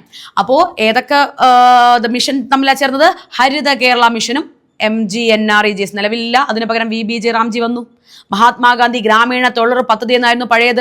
അതിനെ മാറ്റിക്കൊണ്ട് റീപ്ലേസ് ചെയ്തുകൊണ്ട്, പുതുക്കിയതല്ല, അതിനെ മാറ്റിക്കൊണ്ട് VBG റാംജി 2026 ജൂലൈ 1 നിലവിൽ വന്നു കഴിഞ്ഞു. അപ്പോൾ അന്നത്തെ മഹാത്മാഗാന്ധി ഗ്രാമീണ തൊഴിലുറപ്പ് പദ്ധതിയും ഹരിത കേരള മിഷനും ഒരുമിച്ച് കൊണ്ടുവന്ന പച്ചത്തുരുത്ത് തുടങ്ങിയ ജില്ലയാണ് തിരുവനന്തപുരം. അടുത്ത ചോദ്യം 24 ഞാൻ ചോദ്യം നമ്പർ ഇവിടെ ഇടാം. താഴെ പറയുന്നവയിൽ കേന്ദ്ര ആഭ്യന്തര മന്ത്രാലയം നൽകുന്ന ദേശീയ പുരസ്കാരം ഏത്? 24 ഓപ്ഷൻ സി ആണ്. ജീവൻ രക്ഷാ പതക്. ഇതൊക്കെ ശ്രദ്ധിച്ചിരുന്ന മാത്രം കിട്ടുന്ന ചോദ്യങ്ങളായിരുന്നു.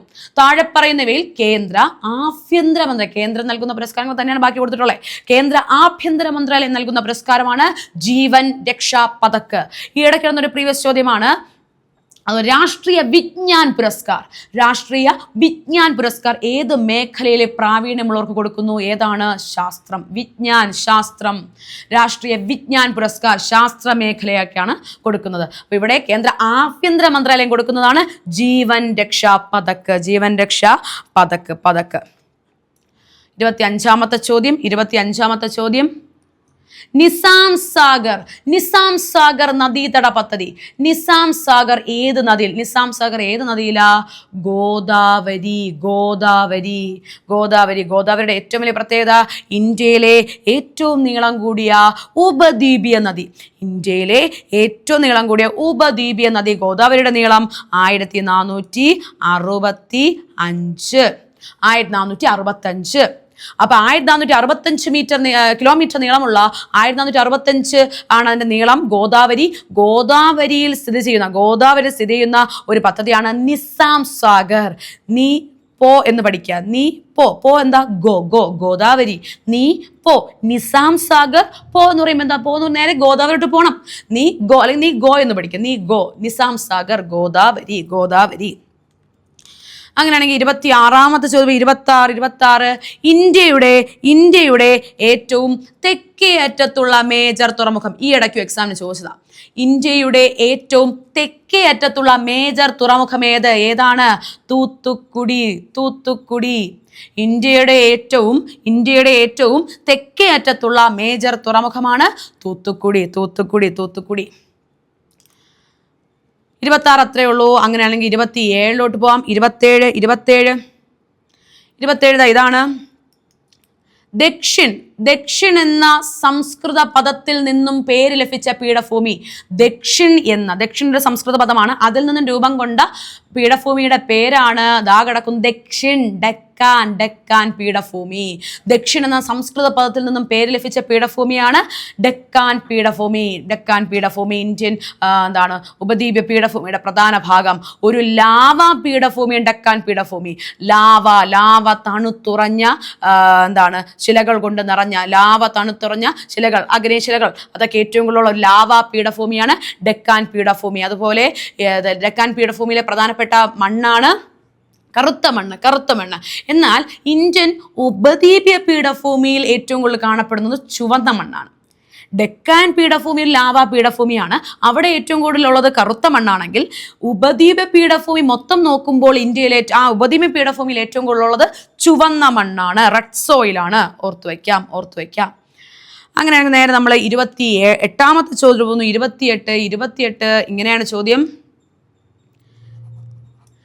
ഹിമാചൽ പ്രദേശിനെ ലഡാക്കുമായി ബന്ധിപ്പിക്കുന്ന ചുരമാണ് ബാരാലാച്ചില.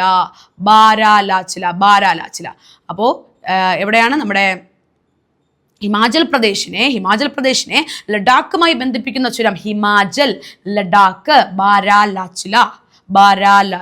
അപ്പൊ ഹിമാചൽ പ്രദേശിൽ ഒരു ലഡുക്കി ലാച്ചയിട്ടോണ്ട് പോയി. അപ്പൊ ഹിമാചൽ പ്രദേശിൽ ഒരു ലഡുക്കി പെൺകുട്ടി ലാച്ചയിട്ടോണ്ട് പോയി. അപ്പൊ ഹിമാചൽ പ്രദേശ്, ലഡാക്ക്, ബാരാലാച്ചില. നമുക്ക് ബാക്കി ചുരം നോക്കാം. നാദുല സിറ്റി എന്ന് പഠിക്കുക. നാദുല ഒരു സിറ്റിയുടെ പേരാ. Nathu La city. Sikkim Tibet. Nathu La city, Sikkim Tibet. Okay, അപ്പോൾ അങ്ങനെ 2 മാത്രം എന്ന് പറയാം. ബാരാലാച്ചിലി, നാദുല. അങ്ങനെയാണെങ്കിൽ അടുത്ത ചോദ്യം 29ാമത്തെ ചോദ്യമായിരുന്നു. 29ാമത്തെ ചോദ്യം ഇപ്രകാരമാണ്. ഏത് രേഖാംശത്തിലെ സമയമാണ് ഇന്ത്യയുടെ പൊതുവായ സമയം അല്ലെങ്കിൽ മാനക സമയം, സ്റ്റാൻഡേർഡ് ടൈം? ഇന്ത്യയുടെ സ്റ്റാൻഡേർഡ് ടൈമായിട്ട് എടുക്കുന്നത് ഏത് രേഖ അടിസ്ഥാനമാക്കിയ? 82.5 ഡിഗ്രി പൂർവം അല്ലെങ്കിൽ കിഴക്ക്, ഈസ്റ്റ്. അങ്ങനെ തന്നെ പഠിക്കണം. 82 ഇന്ത്യയുടെ മാനക രേഖാംശം, ഇന്ത്യയുടെ മധ്യഭാഗത്തൂടെ കടന്നു പോകുന്ന ഇന്ത്യയുടെ സ്റ്റാൻഡേർഡ് മെറിഡിയൻ, ഇന്ത്യയുടെ മാനക രേഖാംശം ഏതാണ്? 82.5 ഡിഗ്രി. 82.5 ഡിഗ്രി കിഴക്ക് അല്ലെങ്കിൽ പൂർവ്വ രേഖാംശമാണെന്ന് ഓർത്തു വയ്ക്കുക. അത് അടിസ്ഥാനമാക്കിയാണ് ഇന്ത്യയിൽ സമയം കാൽക്കുലേറ്റ് ചെയ്യുന്നത്. 29 അത്രയേ ഉള്ളൂ. 30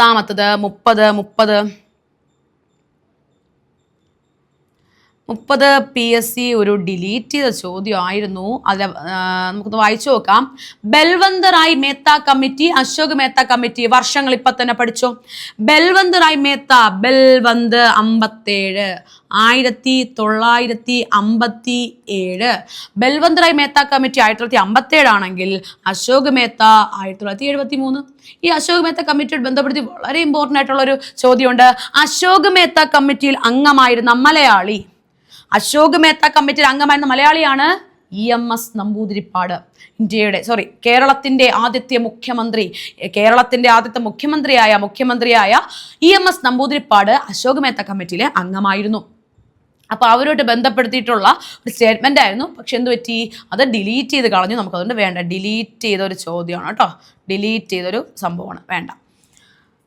അപ്പോൾ 57, 70 വർഷമെങ്കിലും ഒന്ന് ഓർത്ത് വയ്ക്കുക. അടുത്ത ചോദ്യം 31. ഇത് ഒരു ഡിലീറ്റഡ് ആയിരുന്നേ. പക്ഷെ എന്താ പ്രശ്നം എന്നറിയാമോ? 31ന്റെ ഈ ഒരു ചോദ്യത്തിന്റെ പ്രത്യേകത പ്രാചീന ശിലായുഗം. ക്വസ്റ്റ്യൻ തെറ്റിപ്പോയി. പ്രാചീന ശിലായുഗം അല്ല, നവീന ശിലായുഗം. Neolithic age. നവീന ശിലായുഗത്തെക്കുറിച്ച് വിവരങ്ങൾ നൽകുന്ന കേരളത്തിലെ പ്രദേശം ഏതായിരുന്നു? നമ്മുടെ എടക്കൽ ഗുഹ, വയനാടിലെ എടക്കൽ ഗുഹ. വയനാടിൻ്റെ ഏറ്റവും ആകർഷണീയമായിട്ടുള്ള ഒരു സെൻറ്റർ തന്നെയാണ് എടക്കൽ ഗുഹ. ആ എടക്കൽ ഗുഹ ഏത് കാലഘട്ടത്തിൻ്റെ തെളിവുകൾക്ക് ഉദാഹരണമാണ്? പ്രാചീനമല്ല, മധ്യമല്ല, നവീന ശിലായുഗം, നിയോളിത്തിക് ഏജ് ആണെന്ന് ഓർത്തു വയ്ക്കുക. അപ്പോൾ അതായിരുന്നു ആ ക്വസ്റ്റ്യനിലെ പ്രശ്നം, പ്രാചീന ശിലായുഗം. അങ്ങനെയാണെങ്കിൽ നമുക്ക് 32 എന്താ? കേരളത്തിലെ ആദ്യത്തെ ജലവൈദ്യുത പദ്ധതി. 32ാമത്തെ ചോദ്യം, കേരളത്തിലെ ആദ്യത്തെ ജലവൈദ്യുത പദ്ധതി. ജലവൈദ്യുതയാണ്. നമ്മൾ ആദ്യം പോകുമ്പോൾ പള്ളിയിൽ പ്രാർത്ഥിച്ചിട്ട് പോകും. അപ്പോൾ ഉത്തരം പള്ളിവാസൽ. 32 എന്താണ്? പള്ളിവാസൽ. ഓക്കെ 32 പള്ളിവാസൽ, മറക്കരുത്. അപ്പൊ ആദ്യം പോകുമ്പോൾ പള്ളിയിൽ പ്രാർത്ഥിച്ചിട്ട് പോകും. എന്നാൽ കേരളത്തിലെ ഏറ്റവും വലിയ ജലവൈദ്യുത പദ്ധതി ഇടുക്കി. കേരളത്തിലെ നമുക്ക് ഇടുക്കി പള്ളിവാസൽ, കൺഫ്യൂഷൻ മാറാൻ വേണ്ടി പറഞ്ഞതാണ്. ആദ്യത്തേത് നമ്മൾ പള്ളിയിൽ പ്രാർത്ഥിക്കും, പള്ളിവാസൽ. ഏറ്റവും വലുത് എന്താണ്? ഇടുക്കിയാണ്. എന്നാൽ ഏറ്റവും വലിയ ജലസേചന പദ്ധതിയാണ് കല്ലട, കൊല്ലം. എവിടെ? കൊല്ലം. ഇന്ത്യയിലെ ഏറ്റവും വലിയ ജലസേചനം, വെള്ളം ഉപയോഗിക്കാൻ, ഇത് വൈദ്യുതി ഉൽപ്പാദിപ്പിക്കാൻ. വ്യത്യാസമുണ്ട്, കല്ലട, മറന്നു പോകരുത്. ഇതാണ് 32ാമത്തെ ചോദ്യം. 32. അടുത്ത 33ാമത്തെ ചോദ്യം നമുക്ക് നോക്കാം. 33. കേരളത്തിലെ ഏറ്റവും വലിയ കോട്ട സ്ഥിതി ചെയ്യുന്നത് ഏത് വില്ലേജിലാണ്? പള്ളിക്കര. കേരളത്തിലെ ഏറ്റവും വലിയ കോട്ട സ്ഥിതി ചെയ്യുന്നത് ഏത് ജില്ലയൊന്നുമല്ല, ഏറ്റവും വലിയ കോട്ട സ്ഥിതി ചെയ്യുന്നത് ഏത് വില്ലേജിലാണ്? പള്ളിക്കര. നല്ല ചോദ്യമായിരുന്നു. പള്ളിക്കര ഏറ്റവും വലിയ കോട്ട, ഏറ്റവും വലുത് പള്ളിക്കര. 33 ഓപ്ഷൻ എ ആണേ. അങ്ങനെയാണെങ്കിൽ 34 സഞ്ചാര സ്വാതന്ത്ര്യത്തിനായി 34 ചോദ്യമാണേ. സഞ്ചാര സ്വാതന്ത്ര്യത്തിനായി കേരളത്തിൽ നടന്ന പ്രധാന പ്രക്ഷോഭം ഏതാണ്? സഞ്ചാര സ്വാതന്ത്ര്യം, ഒരു ഡൗട്ടും വേണ്ട, വൈക്കം സത്യാഗ്രഹം. വൈക്കം ക്ഷേത്രത്തിന് ചുറ്റുമുള്ള പാതയിലൂടെ എല്ലാവർക്കുമുള്ള സഞ്ചാര സ്വാതന്ത്ര്യം, റൈറ്റ് ടു ട്രാവൽ. സഞ്ചാര സ്വാതന്ത്ര്യമായിരുന്നു വൈക്കം സത്യാഗ്രഹം. അല്ലാതെ അവിടെ ഒരു മതം, ജാതി അതുണ്ട്. പക്ഷേ സഞ്ചാര സ്വാതന്ത്ര്യത്തിന് വേണ്ടി നടന്ന ചോദിച്ചാൽ ഒരു സംശയവും വേണ്ട, അത് വൈക്കം തന്നെയാണ്. വൈക്കത്തിൻ്റെ വർഷവും കൂടെ ഓർത്ത് വയ്ക്കുക. 1924-25 കാലഘട്ടം. 24 തുടങ്ങി 25 അവസാനിക്കുന്നത്. അപ്പോൾ ഗുരുവായൂരൊക്കെ പഠിക്കുന്ന എപ്പോഴും പഠിക്കുന്ന കോഡാണ് ഉഗുനി. ഉപ്പ് സത്യാഗ്രഹം 30. അടുത്തേതാ? ഉഗുനി വരുമ്പോൾ അടുത്ത് ഗുരുവായൂർ സത്യാഗ്രഹം 31, നിവർത്തന പ്രക്ഷോഭം 32. അപ്പോൾ ഗുരുവായൂർ സത്യാഗ്രഹം എന്നാണ്? 1931. ചാന്നാർ ലഹള, മാറുമറയ്ക്കൽ സമരം എന്നറിയപ്പെടുന്ന ചാന്നാർ ലഹള നടന്നത് 1859. അതുപോലെ പൂക്കോട്ടൂർ ലഹള എന്തുമായി ബന്ധപ്പെടുത്തിയിരിക്കുന്നു? മലബാർ കലാപവുമായിട്ട് ബന്ധപ്പെടുത്തി കേരളത്തിൽ നടന്ന മറ്റൊരു ലഹളയാണ് പൂക്കോട്ടൂർ ലഹള അല്ലെങ്കിൽ പൂക്കോട്ടൂർ കലാപം. അപ്പൊ ഇവിടുത്തെ ചോദ്യം എന്തായിരുന്നു? സഞ്ചാര സ്വാതന്ത്ര്യം. 24-25 കാലഘട്ടത്തിൽ നടന്ന വൈക്കം സത്യാഗ്രഹം. ഇതായിരുന്നു 34ാമത്തെ ചോദ്യം. അങ്ങനെയാണെങ്കിൽ 35 താഴെ പറയുന്നവയിൽ ഏത് വിളയുടെ ഉൽപാദനത്തിനാണ് സംസ്ഥാന അടിസ്ഥാനത്തിൽ കേരളത്തിന് 2ാം സ്ഥാനമുള്ളത്? കേരളത്തിന് 2ാം സ്ഥാനം വരുന്നത് ഏത് വിളയുടെ ഉൽപാദനത്തിലാണ്? ഉത്തരം ഓപ്ഷൻ എ, കാപ്പി. കാരണം വേറൊന്നുമല്ല, കാപ്പി ഏത് സംസ്ഥാനത്തെ ഏറ്റവും കൂടുതൽ ഉൽപ്പാദിപ്പിക്കുന്നത്? കർണാടക. കാപ്പി ഏറ്റവും കൂടുതൽ കർണാടക. തേയില അസം. ഇന്ത്യയുടെ ടീ സംസ്ഥാനം അസം ടീയൊക്കെ നമ്മൾ കേട്ടുള്ളല്ലേ. അപ്പൊ ഇന്ത്യയിൽ ഏറ്റവും കൂടുതൽ തേയില ഉൽപ്പാദിപ്പിക്കുന്നത് ആസാമിലാണെങ്കിൽ കാപ്പി കർണാടക. 2ാം സ്ഥാനം കേരളത്തിനാണ്.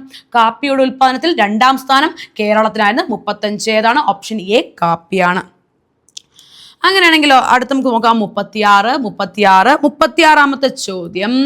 1859 കേരളത്തിൽ എവിടെയാണ് ആദ്യത്തെ കയർ ഫാക്ടറി? വർഷം ഓർക്കുക, ചാന്നാലാഹളം നടന്ന അതേ വർഷം 1859 കേരളത്തിലെ ആദ്യത്തെ കയർ ഫാക്ടറി രൂപീകൃതമായ സ്ഥലമാണ് കയർ ഫാക്ടറി എവിടെയാണ്? ആലപ്പുഴ. ഓക്കെ, ആലപ്പുഴയിലാണ് 1859 കേരളത്തിൽ ആദ്യത്തെ കയർ ഫാക്ടറി രൂപീകരിച്ചത്. നമ്മൾ പഠിച്ചിട്ടുണ്ട് ഡാറാസ്മേൽ എന്നൊക്കെ പഠിച്ചിട്ടുണ്ടല്ലോ. ഡാറാസ്മേൽ ആദ്യത്തെ കയർ ഫാക്ടറിയാണ്. ഡാറാസ്മേൽ എവിടെയാണ്? ആലപ്പുഴ ഓർത്തു വയ്ക്കാം. 36 അത്രയേ ഉള്ളൂ. അങ്ങനെയാണെങ്കിൽ 37 ഇങ്ങനെയായിരുന്നു. മലയാളം സംസാരിക്കുന്ന 37ാമത്തെ ചോദ്യം. 37 മലയാളം സംസാരിക്കുന്ന പ്രദേശങ്ങളെ ഉൾപ്പെടുത്തി കേരളം രൂപീകരിക്കണം എന്ന് പരാമർശിക്കുന്ന ആദ്യകാല ഗ്രന്ഥം എന്തായിരുന്നു? ചോദ്യം 37ാമത്തേത്. മലയാളം സംസാരിക്കുന്ന പ്രദേശങ്ങളെ ഉൾപ്പെടുത്തി കേരളം രൂപീകരിക്കണം എന്ന് പരാമർശിക്കുന്ന ആദ്യകാല ഗ്രന്ഥത്തിന്റെ പേരാണ് 1.25 കോടി മലയാളികൾ. കാരണം 1.25 കോടി മലയാളികൾ എഴുതിയത് കേരളത്തിന്റെ ആദ്യ മുഖ്യമന്ത്രിയായിരുന്ന EMS നമ്പൂതിരിപ്പാടിന്റെ 1.25 കോടി മലയാളികൾ എന്ന പുസ്തകത്തിലാണ് മലയാളം സംസാരിക്കുന്ന പ്രദേശങ്ങളെ ഉൾപ്പെടുത്തി കേരളം എന്ന പേരിൽ ഒരു പ്രദേശം രൂപീകരിക്കണം എന്നൊരു ആവശ്യമൊക്കെ ഉന്നയിക്കുന്നത് ആ ഒരു കൃതിയിലാണ്, അല്ലെങ്കിൽ ആ ഒരു പുസ്തകത്തിലാണെന്ന് ഓർത്തു വയ്ക്കുക. അപ്പൊ നമുക്ക് ചുമ്മാ ഒന്ന് പോവാം. അപ്പൊ ഈ 1.25 കോടി മലയാളികൾ എഴുതിയതാരാ? EMS ആണ്. EMS. എന്നാൽ രണ്ടാമത് നോക്കാം. ഇന്ത്യയെ കണ്ടെത്തൽ, ഡിസ്കവറി ഓഫ് ഇന്ത്യ. ഒരുപാട് തവണ ചോദ്യമാണ്. ഇന്ത്യയെ കണ്ടെത്തൽ നമ്മുടെ പ്രിയപ്പെട്ട ജവഹർലാൽ നെഹ്റുവിന്റെ പുസ്തകമാണ് ഇന്ത്യയെ കണ്ടെത്തൽ. നെഹ്റുവിന്റെ മറ്റൊരു പുസ്തകമാണ് ഗ്ലിംസസ് ഓഫ് ദ വേൾഡ്, വിശ്വചരിത്ര അവലോകനം എഴുതിയതും നെഹ്റു ആണ്. അതുപോലെ ഒരു അച്ഛൻ മകൾക്ക് അയച്ച കത്തുകൾ, ഇതെല്ലാം നെഹ്റുവിന്റെ കൃതികളാണെന്ന് ഓർത്തു വയ്ക്കാം. നെഹ്റുവിന്റെ തൂലികാനാമമായിരുന്നു ചാണക്യൻ എന്ന പേരിൽ, അല്ലെങ്കിൽ ചാണക്യൻ എന്ന തൂലികാനാമത്തിൽ കൃതികൾ രചിച്ച വ്യക്തിയാണ് നെഹ്റു എന്നും കൂടെ ഓർത്തു വയ്ക്കുക. അപ്പൊ ഇതായിരുന്നു 1.25 കോടി മലയാളികൾ. അങ്ങനെയാണെങ്കിൽ 38ാമത്തെ ചോദ്യം. താഴെ പറയുന്നവയിൽ ആനമുടിയെക്കുറിച്ചുള്ള തെറ്റായ, അണ്ടർലൈൻ ചെയ്തോ, തെറ്റായ പരാമർശം ഏതാണ്? ആനമുടിയെക്കുറിച്ചുള്ള തെറ്റായ പരാമർശം. ഇന്ത്യൻ ഉപദ്വീപ പീഠഭൂമിയിലെ ഏറ്റവും ഉയരമേറിയ കൊടുമുടി 2695 മീറ്റർ. ശരി. ഇരവികുളം ദേശീയോദ്യാനം ഉൾപ്പെടുന്ന പ്രദേശം. ശരിയാണ്. കേരളത്തിലെ വയനാട് ജില്ല. തെറ്റ്. ഇടുക്കിയല്ലേ. ഇതാ വരുന്നു 2695 മീറ്റർ. വയനാടല്ല, എവിടെയാണ്? ഇടുക്കി. ആനമുടി ഇടുക്കിയാണ്. 2695 മീറ്റർ ആണ്. ഇരവികുളം ദേശീയോദ്യാനം ഉൾപ്പെടുന്നു. ഇന്ത്യൻ ഉപദ്വീപ പീഠഭൂമിയിലെ ഏറ്റവും ഉയരം കൂടിയ കൊടുമുടി തന്നെയാണ്. അങ്ങനെയാണെങ്കിൽ നമുക്ക് നോക്കാം 39 എന്താ? 39 കേരളത്തിന്റെ കായിക തലസ്ഥാനം. കേരളത്തിന്റെ കായിക തലസ്ഥാനം എന്നറിയപ്പെടുന്നത്, കേരളത്തിന്റെ കായിക തലസ്ഥാനം ഏതാണ്? കോതമംഗലം. എറണാകുളത്തുള്ള കോതമംഗലം. അപ്പൊ കേരളത്തിന്റെ കായിക തലസ്ഥാനം എന്നറിയപ്പെടുന്നത് എവിടെയാണ്? കോതമംഗലമാണ്. ഇവിടെ മാർബേസിൽ കോളേജ് ഒക്കെ ഉണ്ട്, വളരെ ഫേമസ് ആയിട്ട് സ്പോർട്സ് കോളേജ് ഒക്കെയാണ്, സ്പോർട്സ് സ്കൂളാണ് മാർബേസിൽ എന്നൊക്കെ പറഞ്ഞുകൊണ്ട് ഒരുപാട് കായിക പ്രതിഭകളെ സംഭാവന നൽകിയ ഒരു കേന്ദ്രമാണ്. അപ്പൊ കേരളത്തിന്റെ കായിക തലസ്ഥാനം എന്നറിയപ്പെടുന്ന ഏത് സ്ഥലമാണ്? കോതമംഗലം. അങ്ങനെ നേരെ നമുക്ക് 40ാമത്തെ ചോദ്യം. 2025 നമ്മളിത് കണ്ട ചോദ്യമല്ലേ? 40ാമത്തെ ചോദ്യം അല്ലേ? അതെ, 40ാമത്തെ ക്വസ്റ്റ്യൻ എന്തായിരുന്നു? 2025 G20 ഉച്ചകോടി വേദി G20 2023 എവിടെ നടന്നു? ഇന്ത്യയിൽ നടന്നു. ഇന്ത്യ BSA സൈക്കിള് വാങ്ങി. 2024 ബ്രസീല്, 2025 അപ്പോൾ ഉത്തരം എന്താണ്? ദക്ഷിണാഫ്രിക്ക. ഓക്കെ, 2025 കേട്ടോ. 2025 G20 ഉച്ചകോടി എവിടെയാ വേദി? 2025 G20 മറക്കില്ല. ഇന്ത്യ BSA, ഇവിടെ സൗത്ത് ആഫ്രിക്ക, ദക്ഷിണാഫ്രിക്ക തന്നെയാണ് കേട്ടോ. ദക്ഷിണാഫ്രിക്ക. 41ാമത്തെ ചോദ്യം. 41 അപ്പോഴത്തെ ഒരു കറണ്ട് അഫെയർ ആയിരുന്നു. നമുക്കതിന് ഇപ്പോഴത്തെ നോക്കണം. കേരളത്തിന്റെ ഇപ്പോഴത്തെ കായിക വകുപ്പ് മന്ത്രി, ഇതിലെന്തായാലും ഉത്തരവില്ല. കേരളത്തിന്റെ ഇപ്പോഴത്തെ കായിക വകുപ്പ് ആരാണ്? OJ ജനീഷ്. കൊടുങ്ങല്ലൂർ എന്ന മണ്ഡലത്തിൽ നിന്നും വിജയിച്ചു വന്ന OJ ജനീഷ്. അപ്പോൾ OJ ജനീഷാണ് കായിക വകുപ്പ് മന്ത്രി. മണ്ഡലം കൊടുങ്ങല്ലൂർ ആണെന്നും കൂടെ ഓർത്ത് വയ്ക്കുക. അപ്പൊ അത്രേ ഉള്ളൂ. 41. 42ാമത്തെ ചോദ്യം. 42. ലക്ഷദ്വീപിൽ ബ്രാഞ്ച് ആരംഭിച്ച ആദ്യ സ്വകാര്യ ബാങ്ക് ഏത്? 42ാമത്തെ ചോദ്യം. ലക്ഷദ്വീപിൽ ബ്രാഞ്ച് ആരംഭിച്ച ആദ്യ സ്വകാര്യ ബാങ്ക് ഏതാണ്? HDFC.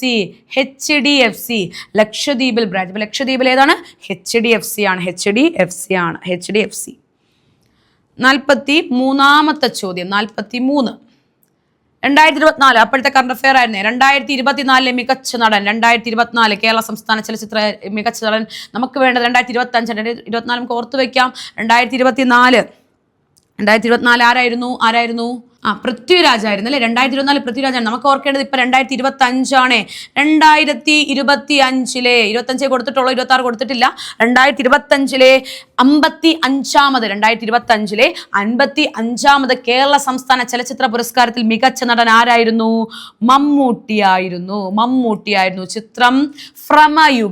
ചിത്രം ഭ്രമയുഗം എന്ന മികച്ച നടിയോ? ഫെമിനിച്ചി ഫാത്തിമ എന്ന സിനിമയ്ക്ക് വേണ്ടി ഷംല ഹംസ. 2025 മികച്ച നടൻ മമ്മൂട്ടി, ഭ്രമയുഗം.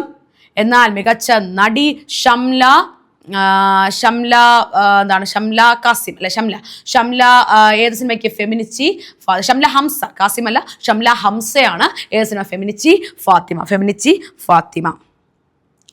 അങ്ങനെയാണെങ്കിൽ അടുത്ത ചോദ്യം 44ാമത്തെ ചോദ്യമാണ്. 44. ഇതും അപ്പോഴത്തെ അതൊരു കറണ്ട് അഫെയർ ആയിരുന്നു. 2024. ഓക്കെ, 44. 2024 Paris Olympics. 2024 ഏറ്റവും അവസാനമായി ഒളിമ്പിക്സ് നടന്നത്. അത് പാരീസിൽ വെച്ചായിരുന്നു, ഫ്രാൻസിന്റെ തലസ്ഥാനമായ പാരീസ്. 2024 പാരീസ് ഒളിമ്പിക്സിൽ ഇന്ത്യക്ക് വേണ്ടി നീരജ് ചോപ്ര ജാവലിൻ 89.45 മീറ്റർ എറിഞ്ഞ് വെള്ളി മെഡലേ നേടാൻ കഴിഞ്ഞുള്ളൂ. അന്ന് വളരെ പ്രതിസന്ധികളെയൊക്കെ തരണം ചെയ്ത് ഹീറോ ആയിട്ട് തന്നെ മാറിയ ഒരു പാകിസ്ഥാൻ താരമാണ് അന്ന് സ്വർണ്ണ മെഡൽ നേടിയത്. 2020 ടോക്കിയോ ഒളിമ്പിക്സിൽ നീരജ് ചോപ്ര സ്വർണ്ണ മെഡൽ നേടിയപ്പോൾ 2024 അത് വെള്ളി മെഡലായി കുറയുകയാണ് ചെയ്തത്. അപ്പോൾ അദ്ദേഹത്തെ മറികടന്ന അന്ന് 1ാം സ്ഥാനം 2024 പാരീസ് ഒളിമ്പിക്സിലെ സ്വർണ്ണ മെഡൽ ജേതാവ് ആര്? പാകിസ്ഥാൻ താരമായിട്ടുള്ള അർഷാദ് നദീം.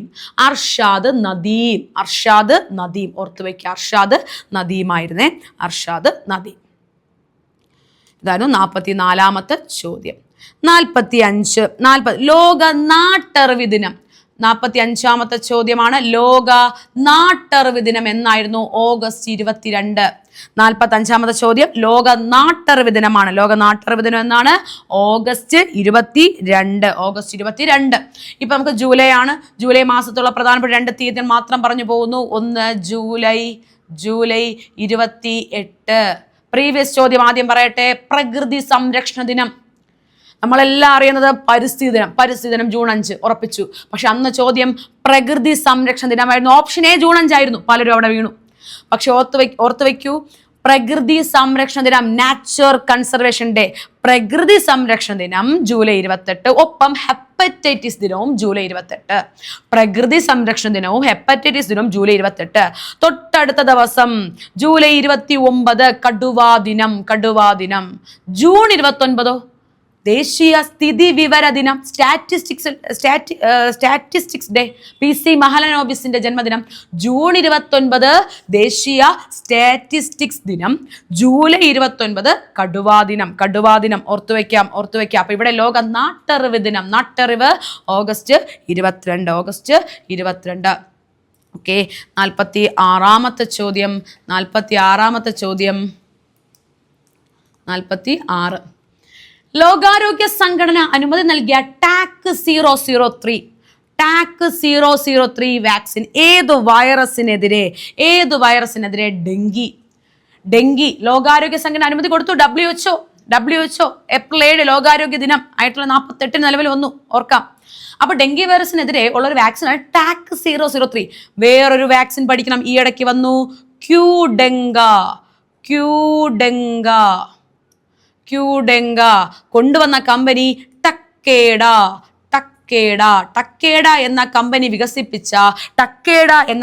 വികസിപ്പിച്ച ക്യൂഡെങ്ക എന്ന വാക്സിൻ അടുത്തിടെ ഡെങ്കിപ്പനിക്കെതിരെ വന്നതാണ്. അന്ന് അംഗീകാരം കൊടുത്തത് ടാക് 003 എന്നും ഓർത്തു വയ്ക്കാം. നേരെ നമ്മൾ 47 പോവുകയാണ്. 47 ഇതും അപ്പോഴത്തെ ഒരു കറണ്ട് അഫെയർ ആയിരുന്നേ. 47 എന്തായിരുന്നു? 2024 മികച്ച സിനിമയ്ക്കുള്ള 96ാമത് ഓസ്കാർ അവാർഡ് ക്രിസ്റ്റഫർ നോളൻ സംവിധാനം ചെയ്ത ഓപ്പൺഹൈമറിനായിരുന്നു. മികച്ച നടൻ ആരായിരുന്നു? അന്ന് കിലിയൻ മർഫി ഒക്കെ ആയിരുന്നു കേട്ടോ, കിലിയൻ മർഫി. അപ്പോൾ നമുക്കിപ്പം ആവശ്യമുള്ളത് ഇത്തവണത്തെ ലേറ്റസ്റ്റ് ഓസ്കാറിലെ മികച്ച ചിത്രം വൺ ബാറ്റിൽ ആഫ്റ്റർ അനദർ. ഇപ്പൊ ചോദിച്ചു, കഴിഞ്ഞ ആഴ്ച നടന്ന എക്സാമിനും ചോദിച്ചു, വൺ ബാറ്റിൽ ആഫ്റ്റർ അനദർ ആയിരുന്നു മികച്ച ചിത്രം. അപ്പോൾ ഓസ്കാറിലുള്ള അവാർഡൊക്കെ ഒന്ന് കൂടുതൽ പഠിച്ചിട്ട് പോവാൻ ശ്രമിക്കാം. ഓക്കെ, 48ാമത്തെ ചോദ്യം നോക്കാം. 48 രണ്ടാം പിണറായി സർക്കാർ. ഇത് അപ്പോഴത്തതാണ്, നമുക്കിനി വേണ്ട. ഇവിടെ ചോദ്യം എന്താ? പിന്നോക്കക്ഷേമ വകുപ്പ്, SC ST OBC, പിന്നാക്കക്ഷേമം, പട്ടികജാതി, പട്ടികവർഗം, ഇതിൻ്റെ എല്ലാം നിലവിലെ മന്ത്രി ആര്? നമുക്ക് പഠിക്കാം.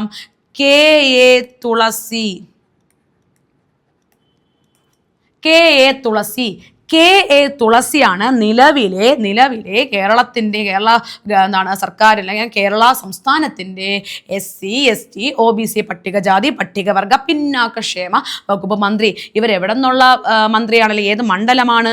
കോങ്ങാട്. മന്ത്രിമാരും മണ്ഡലങ്ങളും നിർബന്ധമായിട്ടും പഠിക്കുക. അപ്പോൾ ഇതാണ് ഇവിടെ KA തുളസി, കോങ്ങാട്. അപ്പോൾ 48ാമത്തെ ചോദ്യമായിരുന്നേ 48. അങ്ങനെയാണ് 49 എന്താ? 49 ഇതും ഒരു പ്രീവിയസ് ചോദ്യമാണ്. ആ ഒരു കൃതിയുടെ പേരങ്ങ് പഠിച്ചു വയ്ക്കോ. എന്തായിരുന്നു 49 ഇപ്രകാരമാണ്. നമ്മുടെ 2024 കേന്ദ്ര സാഹിത്യ അക്കാദമിയുടെ ബാലസാഹിത്യ പുരസ്കാരം നേടിയ ഉണ്ണി അമ്മയമ്പലത്തിന്റെ കൃതി അൽഗോരിതങ്ങളുടെ നാട് എന്നത് ആരുടെ കൃതി? ഉണ്ണി അമ്മയമ്പലം. ഏറ്റവും ലേറ്റസ്റ്റ് ആയിട്ടുള്ള 2025 ഓടക്കുഴൽ പുരസ്കാരം നേടിയതാരാ? EP രാജഗോപാലൻ, ഉൾക്കഥ എന്ന കൃതി. EP രാജഗോപാലന് ഉൾക്കഥ എന്ന കൃതിക്ക് ഓടക്കുഴൽ പുരസ്കാരം കിട്ടി. ഇത് കൃതി പഠിച്ചു വെച്ചോ. അൽഗോരിതങ്ങളുടെ നാട് എഴുതിയതാരാണ്? ഉണ്ണി അമ്മയമ്പലം. 50ാമത്തെ ചോദ്യം. 50 2024 കോപ്പ അമേരിക്ക ആണ് കേട്ടോ. അതൊക്കെ അപ്പോഴത്തെ കറണ്ട് അഫെയർ ആണ്, അതൊക്കെ നമ്മൾ നോക്കേണ്ട ആവശ്യമില്ല. 2024. ഓക്കെ, അങ്ങനെ എന്താ 51 നമ്മളിപ്പോൾ പാതി ചോദ്യങ്ങൾ കഴിഞ്ഞിട്ടുണ്ടേ. അപ്പോൾ ക്വസ്റ്റ്യൻസ് വീണ്ടും റിപ്പീറ്റ് ചെയ്യുക. ഡൗട്ടുള്ളത് വീണ്ടും കേൾക്കുക. കേട്ട് നമ്മുടെ മനസ്സിലതങ്ങ് സെറ്റ് ആയിക്കോളും. ഡൗട്ടുള്ളത് മാത്രം റൂമിലൊക്കെ ഒട്ടിച്ചൊക്കെ വെച്ചാൽ നിങ്ങൾക്കത് കൂടുതൽ ഗുണേ ചെയ്യത്തുള്ളൂ. 51ാമത്തെ ചോദ്യം എന്താ വരുന്നു? ഒരുപാട് തവണ ചോദിച്ചൊരു ചോദ്യമാണേ, ഒരുപാട് തവണ. മനുഷ്യ മസ്തിഷ്കത്തിൽ ആദ്യമായി വയർലെസ് ചിപ്പ് അല്ലെങ്കിൽ ഇംപ്ലാന്റ് വിജയകരമായി സ്ഥാപിച്ച ഇലോൺ മസ്കിന്റെ കമ്പനിയുടെ പേര് ഏതാണ്? കമ്പനിയുടെ പേര് ന്യൂറാലിങ്ക്. അപ്പോൾ മനുഷ്യ മസ്തിഷ്കത്തിൽ ആദ്യമായി വയർലെസ് ചിപ്പ് അല്ലെങ്കിൽ ഇംപ്ലാന്റ് വിജയകരമായി സ്ഥാപിച്ച ഇലോൺ മസ്കിന്റെ കമ്പനിയാണ് ന്യൂറാലിങ്ക് എന്ന് പറയുന്നത്. അപ്പോൾ ഇലോൺ മസ്കിൻ്റെ അതുപോലെ അങ്ങ് പഠിച്ചു വെക്കാം. 52ാമത്തെ ചോദ്യമാണ് നമുക്കിനി നോക്കേണ്ടത്. 52 70ാമത് നെഹ്റു ട്രോഫി അപ്പോഴത്തെ കറണ്ട് അഫെയർ ആയിരുന്നു. നമുക്കിപ്പോൾ വേണ്ടത് 72ാം, ഇനി നടക്കാൻ പോകുന്നത്, ഈ വർഷം നടക്കാൻ പോകുന്നത് 72ാം നെഹ്റു ട്രോഫി വള്ളംകളിയാണ്. 72ാം നെഹ്റു ട്രോഫി വള്ളംകളിയുടെ ഭാഗ്യചിഹ്നം ഒരു വേഴാമ്പലാണ്. വള്ളം തുഴയുന്ന വേഴാമ്പൽ. പേര് ഇതുവരെ ഇട്ടിട്ടില്ല, പേര് ഇനിയിടും. അപ്പോൾ അത് വള്ളംകളി ആയിട്ടില്ല, ഡേറ്റ് ആവുന്നതേ ഉള്ളൂ. എന്തായാലും 72ാമത് 2026 72ാമത് നെഹ്റു ട്രോഫി വള്ളംകളിയുടെ ഭാഗ്യചിഹ്നം ഒരു വേഴാമ്പലാണ്, വള്ളം തുഴയുന്ന വേഴാമ്പൽ. അപ്പോൾ 71ൻ്റെതോ കാത്തു എന്ന കാക്കത്തമ്പുരാട്ടി, കളിവള്ളം തുഴയുന്ന കാത്തു എന്ന കാക്കത്തമ്പുരാട്ടി. അന്ന് വിയപുര ചുണ്ടനൊക്കെ അങ്ങനെ നമ്മൾ കാരിച്ചാൽ ചുണ്ടനും കാര്യങ്ങളൊക്കെ പഠിച്ചതാണ്. അപ്പോൾ 70 അന്ന് ചോദിച്ചത്. അന്ന് എന്തായിരുന്നു? മറ്റേ നീലു എന്ന നീലപ്പൊന്മാനൊക്കെയായിരുന്നു, നീലു എന്ന നീലപ്പൊന്മാനൊക്കെയായിരുന്നു അന്നെടുത്ത ഉത്തരം. അന്ന് അതായിരുന്നു. നമുക്കിപ്പോൾ വേണ്ടത് 71ാമത്തത് കാത്തു എന്ന കാക്കത്തമ്പുരാട്ടി. ഇനി വേഴാമ്പൽ നമുക്ക് എന്താണ് പേര് നമുക്ക് നോക്കാം. അപ്പോൾ ഇതായിരുന്നു നമ്മുടെ 52ാമത്തെ ക്വസ്റ്റ്യൻ. അങ്ങനെയാണെങ്കിൽ 53 അതാ ബയോളജിയിലോട്ട് കടക്കുന്നു, സയൻസിലോട്ട് എത്തിയേ. 53 ചുവടെ നൽകിയിരിക്കുന്നവയിൽ നിന്നും ആഹാരം ചവച്ചരയ്ക്കാൻ സഹായിക്കുന്ന പല്ലുകൾ ഏതൊക്കെ? ആഹാരം ചവച്ചരയ്ക്കാൻ സഹായിക്കുന്ന പല്ലുകൾ ഏതൊക്കെയെന്നാണ് ചോദ്യം. Option C is the right answer. 2ഉം 4ഉം നമുക്കറിയാം, നമ്മുടെ ഉള്ളിലോട്ടിരിക്കുന്ന പല്ലുകൾ അല്ലേ. ഏതൊക്കെയാ? ചർവണകവും അഗ്രചർവണകവും, മോളാറും പ്രീമോളാറും. 4 തരത്തിലുള്ള പല്ലുകളാണ് നമുക്കുള്ളത്. ഏതൊക്കെയാ? ഉളിപ്പല്ല്, കോമ്പല്ല്, ചർവണകം, അഗ്രചർവണകം. അപ്പൊ അകത്തുള്ള ചർവണകവും അഗ്രചർവണകവും ചവച്ചരയ്ക്കാൻ സഹായിക്കുന്നു. നമ്മൾ പഠിക്കുന്ന ഡെന്റൽ ഫോർമുല 2 1 2 3 2 1 2 3 അത് ചോദിച്ചിട്ടുണ്ട്, എക്സാമിന് ഇടയ്ക്ക് ചോദിച്ചു. അപ്പോൾ ഇവിടെ നമുക്ക് ചവച്ചരയ്ക്കാൻ ഏതൊക്കെയാണ്? ചർവണകവും അഗ്രചർവണകവും ഒന്ന് ഓർത്തു വയ്ക്കാം. നേരെ നമ്മൾ 54ാമത്തെ ചോദ്യം. 54 സൂര്യപ്രകാശമേൽക്കുമ്പോൾ. 54ാമത്തെ ചോദ്യം എന്താണ്? സൂര്യപ്രകാശമേൽക്കുമ്പോൾ ശരീരത്തിൽ നിർമ്മിക്കപ്പെടുന്ന വിറ്റാമിൻ ഏതാ? Vitamin D. Sunshine vitamin D. മുട്ടയിൽ നിന്നും പാലിൽ നിന്ന് ലഭിക്കുന്നത് വിറ്റാമിൻ ഡി. അപ്പോൾ സൂര്യപ്രകാശം ഏൽക്കുമ്പോൾ ശരീരത്തിൽ നിർമ്മിക്കപ്പെടുന്ന വിറ്റാമിനാണ് വിറ്റാമിൻ ഡി എന്ന് ഓർത്ത് വയ്ക്കാം. വിറ്റാമിൻ ഡി കേട്ടോ, വിറ്റാമിൻ ഡി ആണ്. ഓക്കെ, അങ്ങനെയാണെങ്കിൽ നമുക്ക് അടുത്ത ചോദ്യത്തിൽ പോവാം. 55 എന്താ? ഏത് വിളയുടെ സങ്കര ഇനമാണ് സൽകീർത്തി, അർക്ക, അനാമിക? ഏതാണ്? വെണ്ട. 55 ഉത്തരം വെണ്ട. അതായതൊക്കെയാണ്? അനാമിക, അർക്ക, സൽകീർത്തി. ഇതെല്ലാം എന്താണ്? നമ്മുടെ വെണ്ടയാണ്. അതുപോലെ ആനക്കൊമ്പൊക്കെ നമ്മുടെ വെണ്ടയുടെ സങ്കര ഇനങ്ങളാണെന്ന് ഓർത്ത് വയ്ക്കാം. അപ്പോൾ 55 കഴിഞ്ഞു. അടുത്തതായതാണ് 56. എടാ 56ാമത്തെ ചോദ്യം. വനാവകാശ നിയമം നിലവിൽ വന്ന വർഷം. വനാവകാശ നിയമം നിലവിൽ വന്ന വർഷം ഏതാണ്? 2006. വനാവകാശ നിയമം 2006 നിലവിൽ വന്നത് കേട്ടോ. 2006 വനാവകാശ നിയമം നിലവിൽ വരുന്നത്. ഓക്കെ, 2006 മറക്കരുത്. 2006 നേരത്തെ. ഓക്കെ, വനാവകാശ നിയമം ഏതാണ്? 2006. ഓക്കെയാണ്. അടുത്ത 57ാമത്തെ ചോദ്യം. 57 സൈലന്റ് വാലി ദേശീയോദ്യാനമായി പ്രഖ്യാപിച്ച വർഷം. സൈലന്റ് വാലിയെ എന്നാണ് നാഷണൽ പാർക്ക് ദേശീയ ഉദ്യാനമായിട്ട് പ്രഖ്യാപിച്ചത്? ഉത്തരം 84 ആരായിരുന്നു? നമ്മുടെ ഇന്ദിരാഗാന്ധി, പ്രധാനമന്ത്രിയായിട്ടുള്ള ഇന്ദിരാഗാന്ധി. 84 സൈലന്റ് വാലി ദേശീയോദ്യാനമായി പ്രഖ്യാപിച്ചത്. 84 പ്രഖ്യാപിക്കുന്നത് ഇന്ദിരാഗാന്ധി ആയിരുന്നു. പക്ഷേ നിർഭാഗ്യം അവർ ആ വർഷം മരിച്ചു പോകുന്നു. അടുത്ത വർഷം എന്ത് ചെയ്യുന്നു? രാജീവ് ഗാന്ധി അത് ഉദ്ഘാടനവും ചെയ്യുന്നു. 57 കഴിഞ്ഞു. അടുത്ത 58. 58ാമത്തെ ചോദ്യം. 58. ഓക്കെ, 58 എന്തായിരുന്നു ചോദ്യം? 2024 ഇന്റർനാഷണൽ ഫിലിം ഫെസ്റ്റിവൽ IFFI, അവിടെ international film festival of India, ഇവിടെ കേരള IFFK. അപ്പൊ IFFI international film festival of India നടന്ന സംസ്ഥാനം ഏതായിരുന്നു? ഗോവ. ഓക്കെ, ഇവിടെ കേരളത്തിലാണെങ്കിൽ തിരുവനന്തപുരത്ത് വെച്ചാണ് നടക്കുന്നത്. അവിടെ ഗോവയാണ്. ഗോവ. 58 അത്രയേ ഉള്ളൂ. അങ്ങനെയാണെങ്കിൽ 59. നല്ലൊരു ചോദ്യമായിരുന്നേ. അതായത് ഇലക്ട്രിക് മണ്ണ് കേട്ടോ, ഇലക്ട്രിക് മണ്ണ് വികസിപ്പിച്ചെടുത്ത ലോകത്തിലെ ആദ്യ രാജ്യം, ഇലക്ട്രിക് മണ്ണ് വികസിപ്പിച്ചെടുത്ത ലോകത്തിലെ ആദ്യ രാജ്യമാണ് ഏതാ? 59 വരുന്നത് ഉത്തരം ഡി ആണ്, സ്വീഡൻ. ഒരുപാട് പ്രത്യേക രാജ്യങ്ങളിലെ സ്വീഡൻ. നമ്മുടെ വിവരാവകാശ നിയമവും അതുപോലെ നമ്മുടെ നാറ്റോയിൽ അടുത്തിടെ അംഗമായ രാജ്യങ്ങളിലൊക്കെ ഒന്നാണ് സ്വീഡൻ. അപ്പോൾ സ്വീഡനാണ് ഇലക്ട്രിക് മണ്ണ് വികസിപ്പിച്ചെടുത്ത ലോകത്തിലെ ആദ്യ രാജ്യം. ഓക്കെ, അപ്പോൾ അത്രയേ ഉള്ളൂ 59. അങ്ങനെയാണെങ്കിൽ 60ാമത്തെ ചോദ്യം, 60 ആടാ ഒരു വൈദ്യുത സർക്യൂട്ടിന്റെ ചോദ്യമാണ്. വൈദ്യുത സർക്യൂട്ടിന്റെ ചോദ്യം, വൈദ്യുത സർക്യൂട്ട് 60. വൈദ്യുത സർക്യൂട്ടുകളെ സംബന്ധിച്ച് താഴെ കൊടുത്തിരിക്കുന്നവയിൽ ശരി എന്നാണ് ചോദ്യം. ശരി നമുക്ക് നോക്കാം. ഒരു സർക്യൂട്ട് പൂർത്തിയായിട്ടുണ്ടെങ്കിൽ അത് അടഞ്ഞ സർക്യൂട്ടായിരിക്കും. ശരിയല്ലേ? ക്ലോസ്ഡ് സർക്യൂട്ട്, ഇടയ്ക്ക് വിടവോ ഒരു ഗ്യാപ്പ് വരാൻ പാടില്ല. ഒരു സർക്യൂട്ട് കംപ്ലീറ്റ് ആവണമെങ്കിൽ അത് അടഞ്ഞതാണ്. ശരി. ഒരു സർക്യൂട്ട് പൂർത്തിയായിട്ടില്ലെങ്കിൽ അത് തുറന്നതാണ്. അടഞ്ഞ സർക്യൂട്ടിൽ മാത്രമേ ഉപകരണങ്ങൾ പ്രവർത്തിക്കൂ. ശരിയാണ്. അടഞ്ഞിരുന്നാലേ കൃത്യമായി നമ്മുടെ കറണ്ടിന് ഒഴുകാൻ പറ്റൂ. അപ്പോൾ അടഞ്ഞ സർക്യൂട്ടിൽ മാത്രമേ ഉപകരണങ്ങൾ പ്രവർത്തിക്കൂ. തുറന്ന സർക്യൂട്ടിൽ മാത്രമേ പ്രവർത്തിക്കുന്നു. തെറ്റ്, പ്രവർത്തിക്കത്തില്ല. അപ്പോൾ 4 വരാത്തൊരൊറ്റ option 1, 2, 3. Option A is the right answer. 60ാമത്തെ ഉത്തരം ഓപ്ഷൻ എ ആണ്. അങ്ങനെയാണ് നേരെ അടുത്ത ചോദ്യം 61. എടാ ഇതും നല്ലൊരു ചോദ്യമാണ്, മിക്കവാറും ഇനിയൊക്കെയുള്ള എക്സാമിന് വരാം. 61ാമത്തെ ചോദ്യം എന്തായിരുന്നു? ചെറിയൊരു പ്രോബ്ലമാണ്, പക്ഷെ അത്ര കട്ടിയൊന്നുമല്ല. തുല്യ വലുപ്പമുള്ള 2 സമതല ദർപ്പണം, പ്ലെയിൻ മിറർ, മുഖം നോക്കാനും പെരിസ്കോപ്പിലും കലൈഡോസ്കോപ്പിലും ഉപയോഗിക്കുന്ന സാധാരണ ദർപ്പണങ്ങളെയാണ് സമതല ദർപ്പണം എന്ന് പറയുന്നത്. സമതല ദർപ്പണങ്ങൾ ഉണ്ടാകുന്ന പ്രതിബിംബത്തിന്റെ പ്രത്യേകതകൾ എന്തൊക്കെ? വസ്തുവിന്റെ അതേ വലിപ്പം, പ്രതിബിംബം മുതൽ ദർപ്പണം വരെയും ദർപ്പണം മുതൽ വസ്തു വരെയുള്ള അകലം തുല്യമായിരിക്കും. നമ്മൾ പിറകോട്ട് പോയാൽ പ്രതിബിംബവും പിറകോട്ട് പോവും. അതുപോലെ വലിയ ഒരു ഇമ്പോർട്ടൻ്റ് ആണ് പാർശ്വിക വിപര്യം, ലാറ്ററൽ ഇൻവേർഷൻ. അതായത് വസ്തുവിന്റെ വലതുഭാഗം പ്രതിബിംബത്തിൽ ഇടതുഭാഗമായിട്ടും വസ്തുവിന്റെ ഇടതുഭാഗം പ്രതിബിംബത്തിന്റെ വലതുഭാഗമായി തിരിഞ്ഞും മറിഞ്ഞും തോന്നുന്നു, വശങ്ങൾ മാറിയത് തോന്നുന്നു. അതാണ് പാർശ്വിക വിപര്യം. അത് കാണാൻ സാധ്യമാകുന്നതും ഈ പറഞ്ഞ സമതല ദർപ്പണത്തിലാണ്. പ്രീവിയസ് ചോദ്യം. അങ്ങനത്തെ 2 സമതല ദർപ്പണങ്ങൾ എടുത്തു. അവർക്കിടയിലെ ആംഗിൾ തന്നിട്ടുണ്ട് കേട്ടോ. അല്ല, ആംഗിൾ തന്നിട്ടില്ല.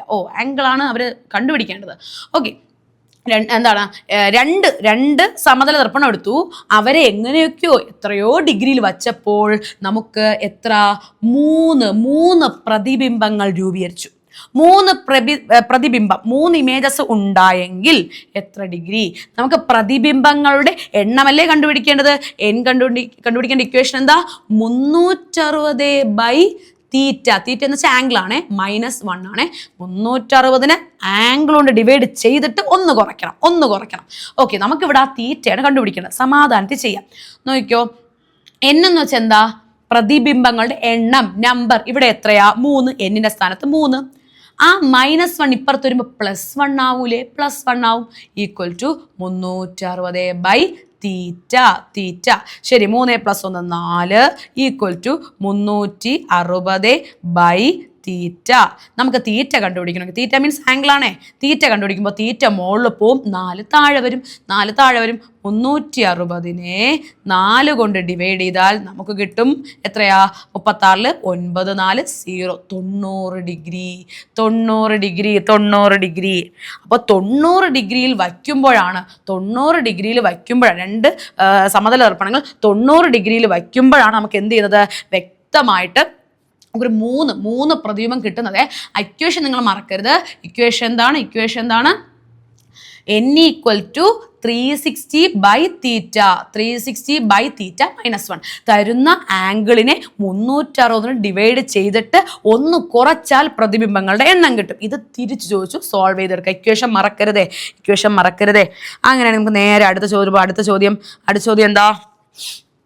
62ാമത്തെ ചോദ്യം. 62 കാന്തങ്ങളെ കുറിച്ച് ചോദിക്കുന്നു. 62 കാന്തങ്ങളെ പറ്റിയുള്ള ചില വിവരങ്ങൾ നൽകിയിരിക്കുന്നു.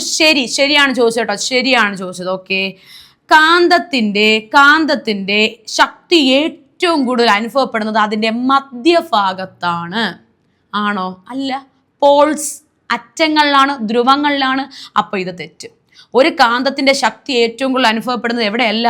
അതിൻ്റെ മധ്യഭാഗത്തല്ല, മധ്യഭാഗത്ത് കുറവാണ്. അപ്പൊ മധ്യഭാഗത്തല്ല, പകരം ധ്രുവങ്ങളിലാണ്, പോൾസിലാണ്. അപ്പോൾ തെറ്റാണേ. ഓക്കെ, തെറ്റാണ്. അപ്പോൾ ഒന്ന് വരാത്ത ഓപ്ഷൻ നോക്കിയാൽ പോരെ. ഇതിൽ ഒന്ന് വരുന്നുണ്ട്, വരൂല. ഒന്ന് വരുന്നുണ്ട്, വരില്ല. ഒന്ന് വരുന്നുണ്ട്, വരില്ല. അപ്പൊ ഇതിന് ഉത്തരം. എങ്കിൽ ബാക്കി ഓപ്ഷൻ കൂടെ നോക്കിയോ. സ്വതന്ത്രമായി കെട്ടിത്തൂക്കിയ ഒരു ബാർ കാന്തം, ഫ്രീലി സസ്പെൻഡഡ് മാഗ്നറ്റ്. സ്വതന്ത്രമായി കെട്ടിത്തൂക്കിയ ഒരു ബാർ മാഗ്നറ്റ്, അത് തെക്കു വടക്ക് ദിശ. ശരിയല്ലേ? നോർത്ത് സൗത്ത്, എന്നും എസും 2 പോള്. അപ്പൊ ശരി. ഒരു കാന്തത്തിന്റെ ദക്ഷിണ ധ്രുവവും മറ്റൊരു കാന്തത്തിന്റെ ഉത്തര ധ്രുവവും പരസ്പരം ആകർഷിക്കും. ശരിയാണ്. വ്യത്യസ്ത ധ്രുവങ്ങൾ ആകർഷിക്കും, ഒരേ ധ്രുവങ്ങൾ വികർഷിക്കും എന്ന് പഠിച്ചിട്ടുണ്ട്. അപ്പൊ അതും ശരിയാണ്. അങ്ങനെ option D is the correct answer. Okay, അപ്പൊ ഇതായിരുന്നു 62. 63. മിക്കവാറും എക്സാമിന് LD-ക്കൊക്കെ ഒരുപാട് തവണ ചോദിച്ച ചോദ്യം കിടക്കുന്ന 63. ധാതുക്കളും അയിരുകളും തമ്മിലുള്ള ബന്ധപ്പെടുത്തി ഏതാണ് ശരി? ഇതിന്റെ ഉത്തരം നോക്കടാ. ഓപ്ഷൻ ബി ആണേ. നമുക്ക് നോക്കാം. എല്ലാ ധാതുക്കളും അയിരുകളാണ്, എന്നാൽ എല്ലാ അയിരുകളും ധാതുക്കളല്ലെന്നാ കൊടുത്തിട്ടുള്ളത്. അത് ശരിയാണോ? ഭൂമിയിൽ നിന്ന് കിട്ടുന്ന എല്ലാ ധാതുക്കളെയും പിടിച്ച് അയിരാക്കാൻ പറ്റുമോ? പറ്റത്തില്ല. ഭൂമിയിൽ നിന്ന് കിട്ടുന്നതിനെ ധാതു എന്നാണ് വിളിക്കണേ. കിട്ടുന്ന എല്ലാത്തിനും ധാതുവിനെ പിടിച്ച് എല്ലാം അയിരാക്കി എങ്ങനെയാ? തെറ്റാ. എല്ലാ ധാതുക്കളും അയിരുകളല്ല. അപ്പൊ എന്താണ് സെലക്ട് ചെയ്യുന്ന? അത് നമ്മൾ എല്ലാ അയിരുകളും ധാതുക്കളാണ്. എല്ലാ അയിരുകൾ, നിങ്ങൾ ആ ഒരു വാക്കങ്ങ് ഫിക്സ് ചെയ്യും. അയിരുകളല്ല. അപ്പൊ എങ്ങനെ പഠിക്കാം? എല്ലാ ധാതുക്കളും അയിരുകളല്ല, എല്ലാ അയിരുകളും ധാതുക്കളാണ്. അപ്പൊ ആ സ്റ്റേറ്റ്മെന്റ് തെറ്റല്ലേ? ഓക്കെ. അയിരുകളിൽ അതത് ലോഹം ഉയർന്ന സാന്ദ്രതയിൽ അടങ്ങിയിരിക്കുന്നു. ശരിയല്ലേ?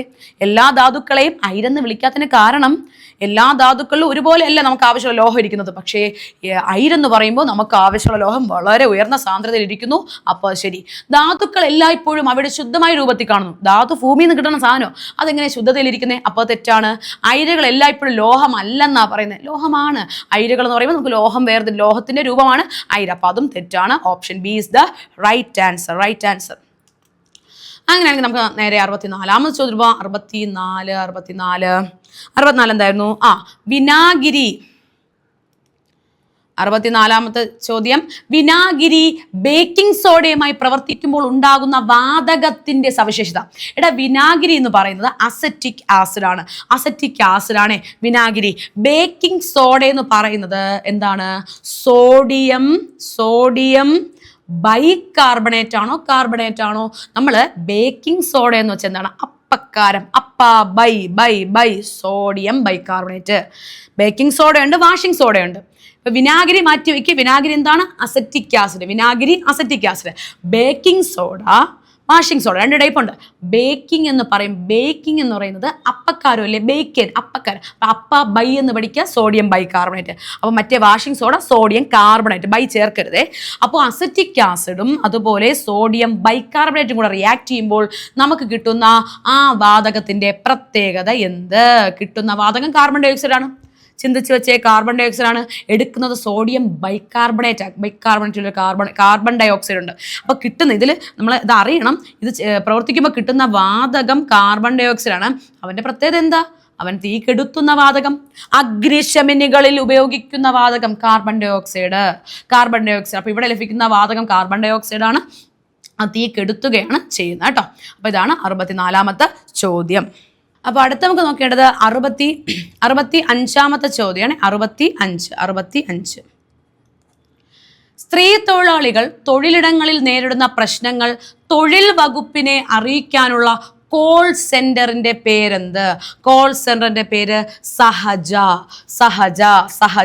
അപ്പൊ സ്ത്രീ തൊഴിലാളികൾ വർക്ക് പ്ലേസ്, തൊഴിലിടങ്ങളിൽ ഒരുപാട് ബുദ്ധിമുട്ടുകൾ അനുഭവിക്കുന്നുണ്ട്. അത് തൊഴിൽ വകുപ്പിനെ അറിയിക്കുവാൻ വേണ്ടിയുള്ള ഒരു കോൾ സെന്റർ, അതിന്റെ പേരാണ് സഹജ. അപ്പൊ നമുക്ക് നേരെ പഠിക്കാം. ഈ തൊഴിൽ വകുപ്പ് മന്ത്രി ആരാണ് നിലവില്? കേരള തൊഴിൽ വകുപ്പ് മന്ത്രി ബിന്ദു കൃഷ്ണ. കൊല്ലം മണ്ഡലമൊക്കെ നമ്മൾ പഠിച്ചതാണ്. ബിന്ദു കൃഷ്ണ. അപ്പൊ ബിന്ദു കൃഷ്ണയാണ് കേരളത്തിന്റെ ഇപ്പോഴത്തെ തൊഴിൽ വകുപ്പ് മന്ത്രി. മൃഗസംരക്ഷണം, ക്ഷീരവികസനം, വനിതാ ശിശുക്ഷേമം, ഇതൊക്കെ നമ്മൾ പഠിച്ചല്ലേ.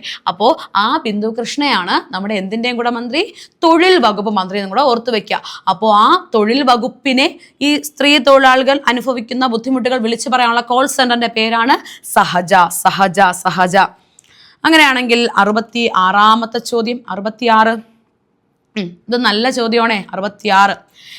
കേരള സർവകലാശാല വികസിപ്പിച്ച AI ചിപ്പിന്റെ പേര് കൈരളി. കേരള ഡിജിറ്റൽ സർവകലാശാല വികസിപ്പിച്ച AI ചിപ്പിന്റെ പേരാണ് കൈരളി. കൈരളി. അങ്ങനെയാണെങ്കിൽ 67.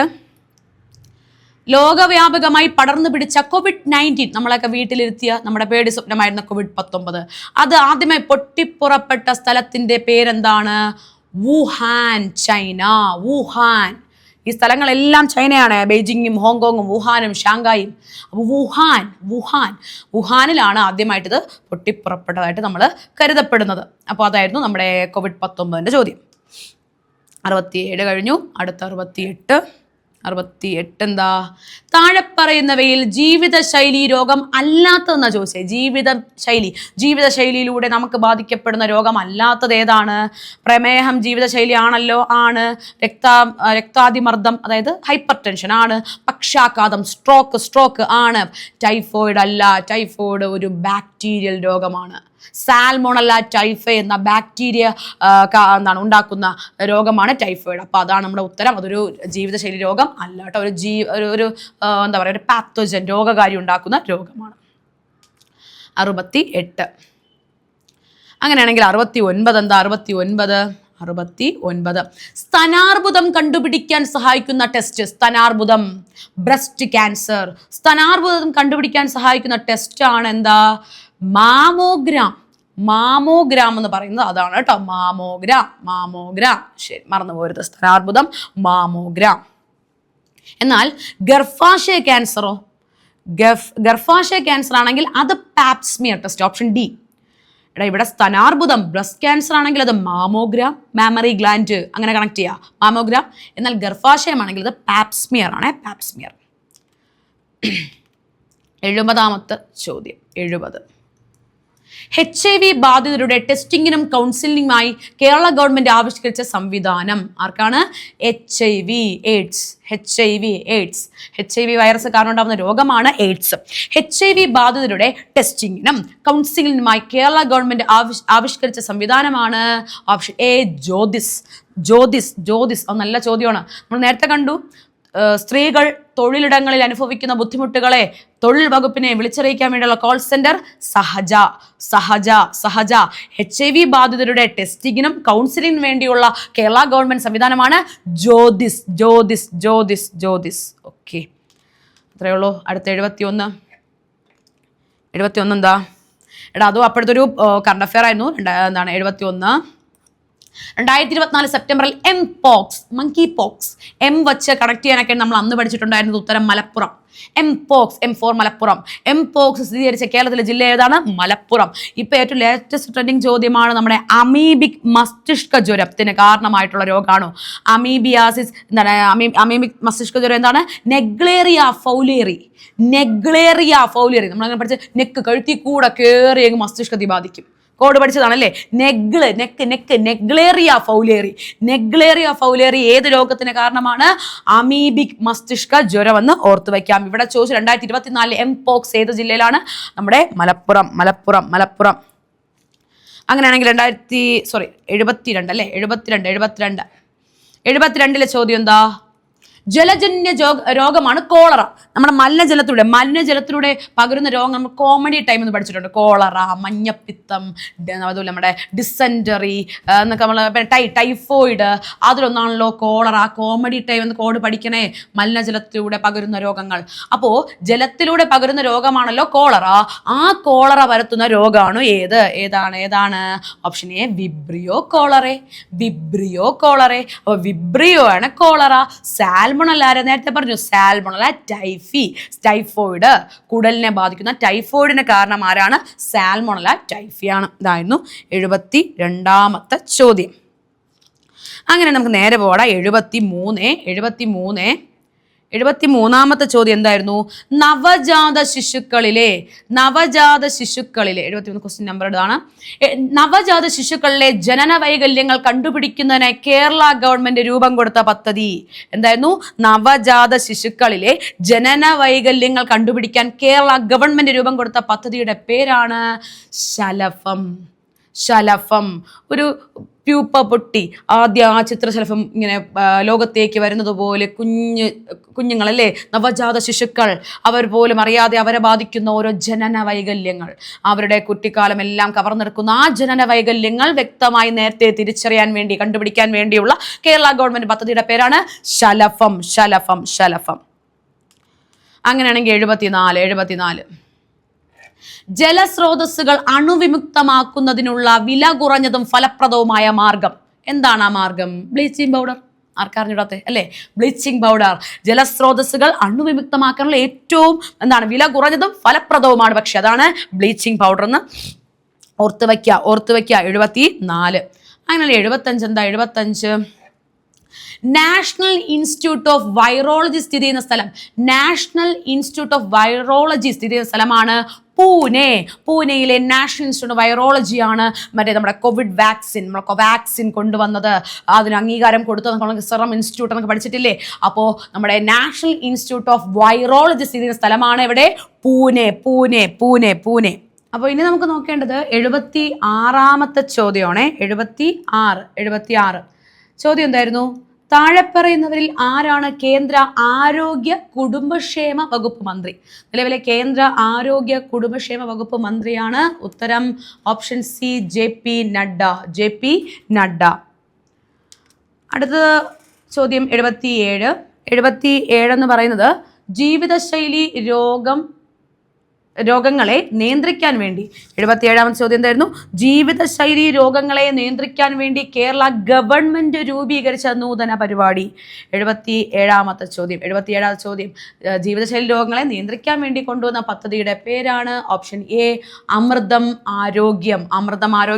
ഓട്ടിസത്തിന് വേണ്ടി വന്നതാണ് സ്പെക്ട്രം, കുഷ്ഠത്തിന് വേണ്ടി ബാലമിത്ര. അപ്പോൾ ഓട്ടിസത്തിന് സ്പെക്ട്രം, അതുപോലെ കുഷ്ഠത്തിന് ബാലമിത്ര, അതുപോലെ ജീവിതശൈലി രോഗം അമൃതമാരോഗ്യം, ടൈപ്പ് 1 ഡയബറ്റിസ്, കുട്ടികളുടെ പ്രമേഹത്തിന് വേണ്ടി മിഠായി. ഇതൊക്കെ ഓർത്തു വയ്ക്കുക. അടുത്ത് 78 78 എന്താ? 78 ഇതാണ്. ഹെപ്പറ്റൈറ്റിസ് എയുമായി ബന്ധപ്പെടുത്തി എന്താണ് ശരി? ഹെപ്പറ്റൈറ്റിസ് എയുടെ പ്രത്യേകത എന്താ? മലിനമായ ഭക്ഷണപാനീയങ്ങളിൽ കൂടി. ഹെപ്പറ്റൈറ്റിസ് എയും ഉണ്ട്, ബിയും ഉണ്ട്. ഹെപ്പറ്റൈറ്റിസ് ബി ആണ് ശരീരദ്രവങ്ങളിലൂടെ, വളരെ ഹാനികരം. ശരീരദ്രവങ്ങളിലൂടെ പകരുന്നതാണ്, വളരെ ഹാനികരമായിട്ടുള്ള ഹെപ്പറ്റൈറ്റിസ് ആണ് ഹെപ്പറ്റൈറ്റിസ് ബി. എന്നാൽ ഹെപ്പറ്റൈറ്റിസ് എ എന്ന് പറയുന്നത് മലിന ഭക്ഷണപാനീയങ്ങളിലൂടെ എന്നും ഓർത്തു വയ്ക്കുക. അങ്ങനെയാണെങ്കിൽ 79 എന്താ? 79 നോക്കിയടാ. 79 നല്ലൊരു ചോദ്യമാണ്. അടുത്തിടെ ബ്രിട്ടനിൽ, രാജ്യം കൂടെ ഓർത്ത് വെച്ചോ, അടുത്തിടെ ബ്രിട്ടനിൽ പുതുതായി കണ്ടെത്തിയ രക്തഗ്രൂപ്പിന്റെ പേര് MAL, മാൽ എന്ന് പറയുന്ന പുതിയ ബ്ലഡ് ഗ്രൂപ്പ് ഏത് രാജ്യത്ത് കണ്ടെത്തി? ബ്രിട്ടനാണ്. നമുക്ക് ഓർത്ത് വയ്ക്കാം. ബ്രിട്ടൻ മാൽ. അങ്ങനെയാണെങ്കിൽ അടുത്ത ചോദ്യം 80 എന്താ ചോദ്യം? 80 താഴെ പറയുന്നവർ ജന്തുജന്യ രോഗങ്ങൾ, ജന്തുക്കൾ വഴി വരുന്ന, ജന്തുക്കളിൽ നിന്നുണ്ടാകുന്ന രോഗങ്ങൾ ഏതൊക്കെയാ? വളരെ സിമ്പിളാണ്. നിപ്പയും എംപോക്സും. അപ്പോൾ ഉത്തരം എന്താ? 80 ഓപ്ഷൻ എ ആണ്. 1ഉം 3ഉം. അപ്പോൾ നമ്മുടെ ഈ ക്വസ്റ്റ്യൻ പേപ്പറിലെ 80 GK ചോദ്യങ്ങൾ നമ്മൾ കവർ ചെയ്തു. ഹിസ്റ്ററിയും സയൻസും ബാക്കി കാര്യങ്ങളെല്ലാം നമ്മൾ നോക്കി. ഇനി നമ്മൾ മാത്സിലോട്ട് കിടക്കുവാണ്. ഒരു 20 മാത്സ് ചോദ്യങ്ങൾ ഈ മോഡൽ കണക്കാക്കി ബാക്കിയും കൂടെ നിങ്ങൾ നോക്കിക്കൊള്ളണം. അപ്പോൾ നമുക്ക് നോക്കാം. മാത്സിലെ ഫസ്റ്റ് ക്വസ്റ്റ്യൻ വളരെ സിമ്പിളായിട്ടുള്ള ക്വസ്റ്റ്യൻ ആണ്. 76, 54, 325. അപ്പം ഞാൻ ചോദ്യം എഴുതാം. ക്വസ്റ്റ്യൻ ഇങ്ങനെയായിരുന്നു. 76, 54, 325. ഈ സംഖ്യയെ ഞാൻ 11 കൊണ്ട് ഹരിക്കാൻ പോവാ. ആരെ കൊണ്ടാണ്? 11 കൊണ്ട് ഹരിച്ചാൽ എനിക്ക് ശിഷ്ടം എത്ര കിട്ടും? സാധാരണ രീതി ചെയ്യാം. ഈ വലിയ സംഖ്യ എത്രയാ, 76,54,325 11 ഡിവൈഡ് ചെയ്ത് ബാക്കി ശിഷ്ടം എഴുതാം, ഒരു കുഴപ്പമില്ല. പക്ഷേ എളുപ്പമാർഗം, ഷോർട്ട് കട്ട് പറയട്ടെ, വേറൊന്നുമില്ല. നിങ്ങൾ ചെയ്യേണ്ടത് ഒരു സംഖ്യയെ 11 കൊണ്ട് ഹരിക്കുമ്പോഴുള്ള ശിഷ്ടം കണ്ടുപിടിക്കാൻ നിങ്ങൾ ചെയ്യേണ്ടത് ഒന്നിടവിട്ട് കൂട്ടുക. ഒന്നിടവിട്ട് കൂട്ടിക്ക് 7ഉം 5ഉം 12, 12ഉം 3ഉം 15, 15ഉം 5ഉം 20. ഇനി ബാക്കിയുള്ള സംഖ്യകളുണ്ടല്ലോ, ഏതൊക്കെയാ, 6ഉം 4ഉം 10, 10ഉം 2ഉം 12. ഇവന്മാരെ തമ്മിൽ കുറച്ചാൽ മതി. ഉത്തരം 8. ഓപ്ഷൻ സി 8 ആണ് ഉത്തരം.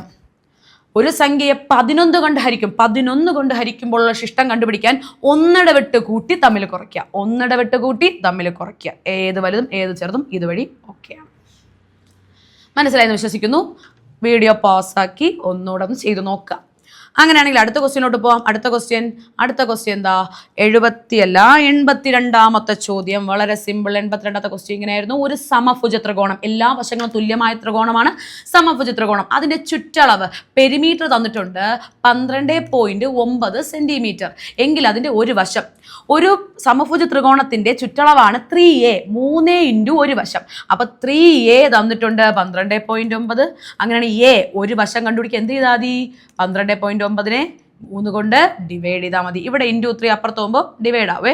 ഡിവൈഡ് ചെയ്യാൻ വളരെ സിമ്പിളാണ്. 3ൽ ഒരു തവണ, 12ൽ എത്ര തവണയാ, 4, 3. പോയിന്റ് അതുപോലെ ഇട്ടേ, 9ൽ എത്ര, 3, 3. ഉത്തരമായി 4.3 centimetre. Option D is the right answer. 4.3. പരപ്പളവല്ല, ചുറ്റളവ് തന്നിട്ട് നമുക്ക് ഒരു വശം കണ്ടുപിടിക്കാൻ പറഞ്ഞാൽ ഡിവൈഡ് ബൈ 3 3 വശം ഉള്ളതുകൊണ്ടാണ് 3 കൊണ്ട് ഡിവൈഡ് ചെയ്തത്. അത്രയേ ഉള്ളൂ. അടുത്തത് 83 എന്താ, ഒരു സംഖ്യ എനിക്കറിയില്ല, ഏതോ ഒരു സംഖ്യ ഞാൻ എക്സ് ആയിട്ട് എടുക്കുന്നു. ആ സംഖ്യയിൽ നിന്നും 3/8 കുറച്ചു. ഒരു സംഖ്യയിൽ നിന്നും 3/8 കുറച്ച് വീണ്ടും 1/8 കുറച്ചു. പറയുന്നതിൻ്റെ കൂടെ ഇങ്ങനെ എഴുതി പോവാ. എക്സിൽ നിന്നും, എക്സ് മീൻസ് ഏതൊരു സംഖ്യ, 3/8 കുറച്ചു, വീണ്ടും 1/8 കുറച്ചു. അപ്പോൾ എന്ത് കിട്ടി, 5/12 കിട്ടിയെന്ന്. എങ്കിൽ ആ സംഖ്യ കണ്ടുപിടിക്കാം. ഇവിടെ എളുപ്പം എന്താ, ഒരു സംഖ്യയിൽ നിന്ന് മൈനസ് വന്ന് കിടക്കണുണ്ടോ, ആ മൈനസിനങ്ങ് പുറത്തെടുത്തേ. Minus പുറത്തെടുത്താൽ 3/8 plus 1/8. രണ്ടിടത്ത് ഇങ്ങനെ മൈനസ് ഒക്കെ കിടന്നാലേ മൈനസ് അങ്ങ് പുറത്തെടുക്ക്, അപ്പോഴും അകത്ത് പ്ലസ് ആവും. അപ്പോൾ മൈനസ് പുറത്തെടുക്കുമ്പോൾ 3/8 plus 1/8 equal to 5/12. X minus denominator ഛേദം സെയിമാ. അപ്പം ഛേദം സെയിം എങ്കിൽ അതുപോലെ എഴുതാം. എന്നിട്ട് കൂട്ടിക്ക് 3 1 4 ഈക്വൽ ടു 5/12. ഇനി എന്താ ചെയ്യേണ്ടത്, എക്സ് മൈനസ് ഇവിടെ തമ്മിൽ വെട്ടിക്ക് 4 8 കൂടെ വെട്ടാൻ എങ്ങനെ, 1/2 ഈക്വൽ ടു 5/12. എക്സ് കണ്ടെത്താൻ ഞാൻ മുകളിലോട്ട് എഴുതുവാണേ. എക്സ് കണ്ടെത്താൻ വേണ്ടി ഈക്വൽ ടുൻ്റെ അപ്പുറത്ത് 5/12 ഉണ്ട്. ഇവിടുത്തെ മൈനസ് 1/2 അപ്പുറത്ത് വരുമ്പോൾ പ്ലസ് 1/2. ക്രോസ് മൾട്ടിപ്ലൈ ചെയ്യാം. ഇവിടെ നിങ്ങോട്ട് 5 2 10 പ്ലസ് ഇവിടെ നിങ്ങോട്ട് 1 × 12 ബൈ താഴെ തമ്മിൽ 24 കൂട്ടുമ്പോൾ 10ഉം 12ഉം 22/24. 2 കൊണ്ട് വെട്ടിക്കോ, 11 2 12 2. ഉത്തരം കിട്ടി option A. Option A is the right answer. 83 option A ആണ്. 83 ഓപ്ഷൻ എ ആണ്.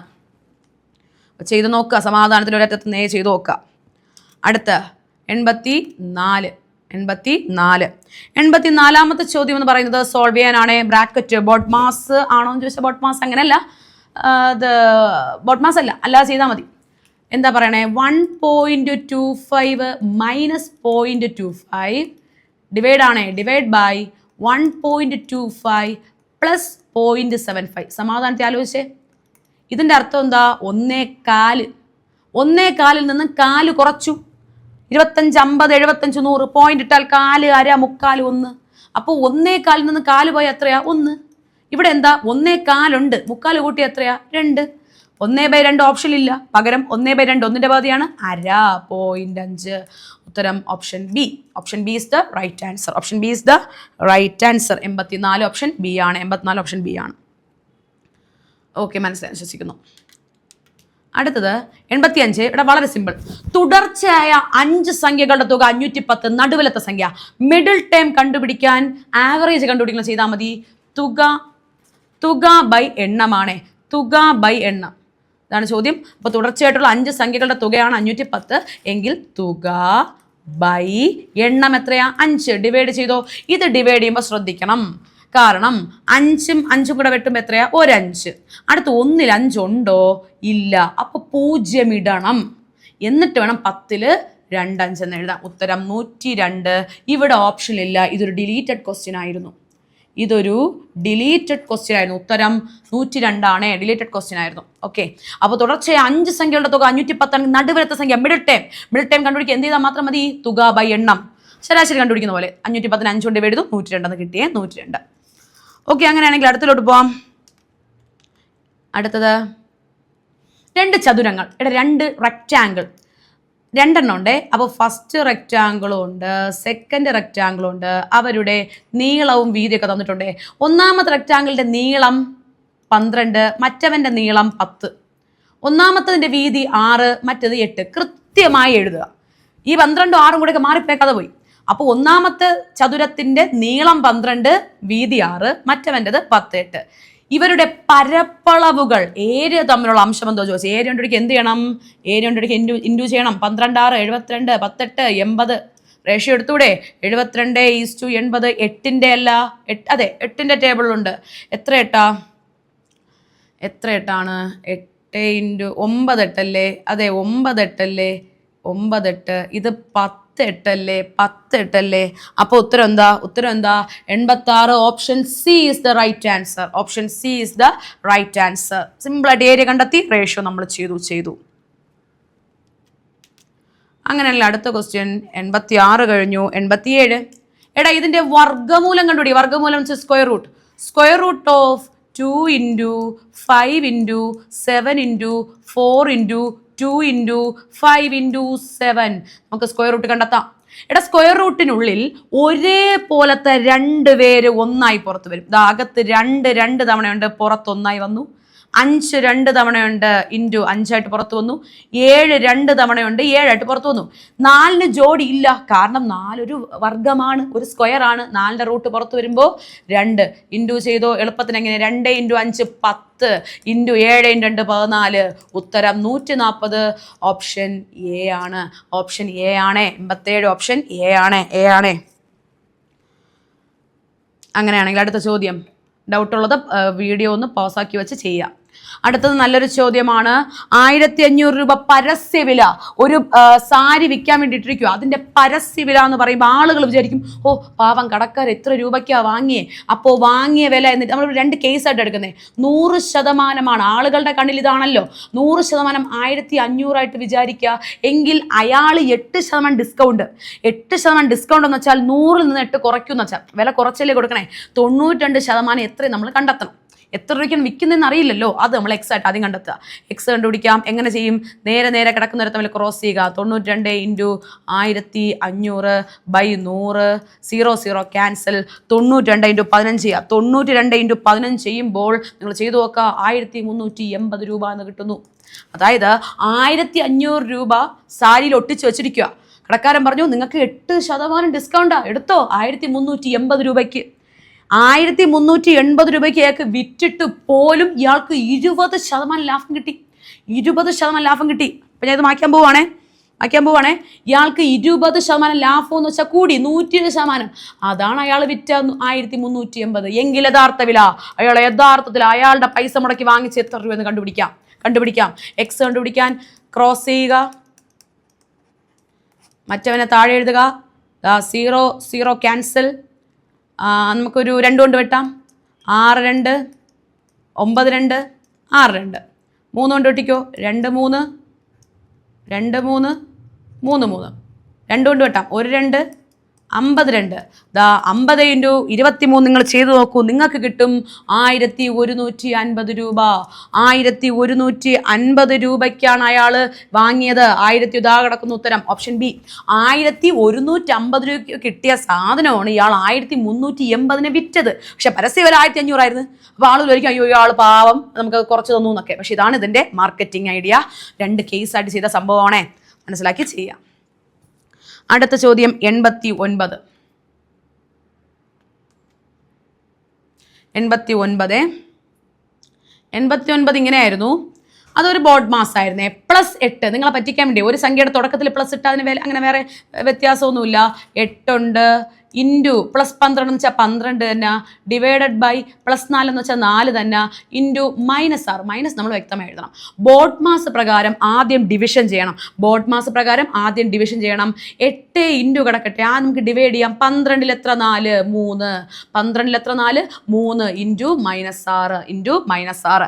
അപ്പോൾ അങ്ങനെയാണെങ്കിൽ നമുക്ക് ഇതിൻ്റെ ഉത്തരത്തിലോട്ട് കിടക്കാം. എല്ലാം കൂടി ഇൻറ്റു വെച്ചാൽ മതി.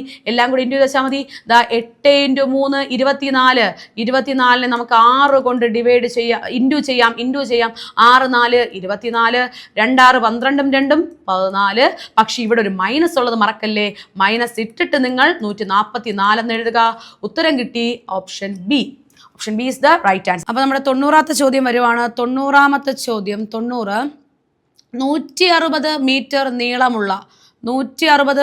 നീളമുള്ള ഒരു ട്രെയിൻ 200 മീറ്റർ നീളമുള്ള ഒരു പ്ലാറ്റ്ഫോമിൽ നിൽക്കുന്ന ഒരാളെ 8 സെക്കൻഡ് കൊണ്ട് മറികടക്കുന്നു.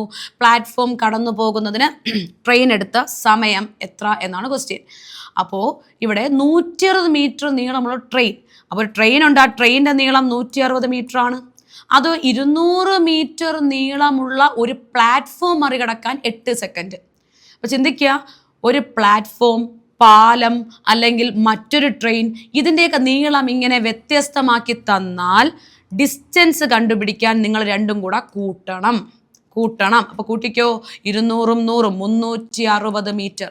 അപ്പോൾ 360 മീറ്റർ നീളം സഞ്ചരിക്കാനാണ് ഇതിന് 8 സെക്കൻഡ് വേണ്ടത്.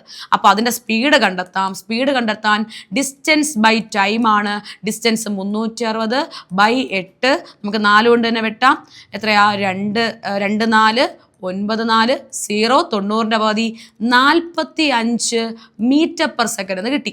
ആ ട്രെയിനിൻ്റെ വേഗത 45 മീറ്റർ പെർ സെക്കൻഡാണ്. ശരി, അങ്ങനെ അടുത്ത് പറയുന്നു ഒരാളെ മറികടക്കാൻ എന്ത് വേണമെന്നല്ലേ പറയണേ. ഓക്കെ, 200 മീറ്റർ പ്ലാറ്റ്ഫോമിൽ നിൽക്കുന്ന ഒരാളെ മറികടക്കാൻ അപ്പോൾ പ്ലാറ്റ്ഫോം മറികടക്കാൻ പോകാൻ ട്രെയിൻ എടുത്ത സമയം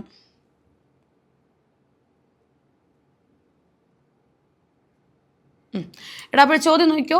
160 മീറ്റർ നീളമുള്ള ഒരു ട്രെയിൻ 200 മീറ്റർ നീളമുള്ള ഒരു പ്ലാറ്റ്ഫോം നിൽക്കുന്ന ഒരാളെ മറികടക്കാൻ. അപ്പോൾ അവിടെ ചോദ്യത്തിൽ ഒരു പ്രത്യേകതയുണ്ട്, നോക്കിക്കോ.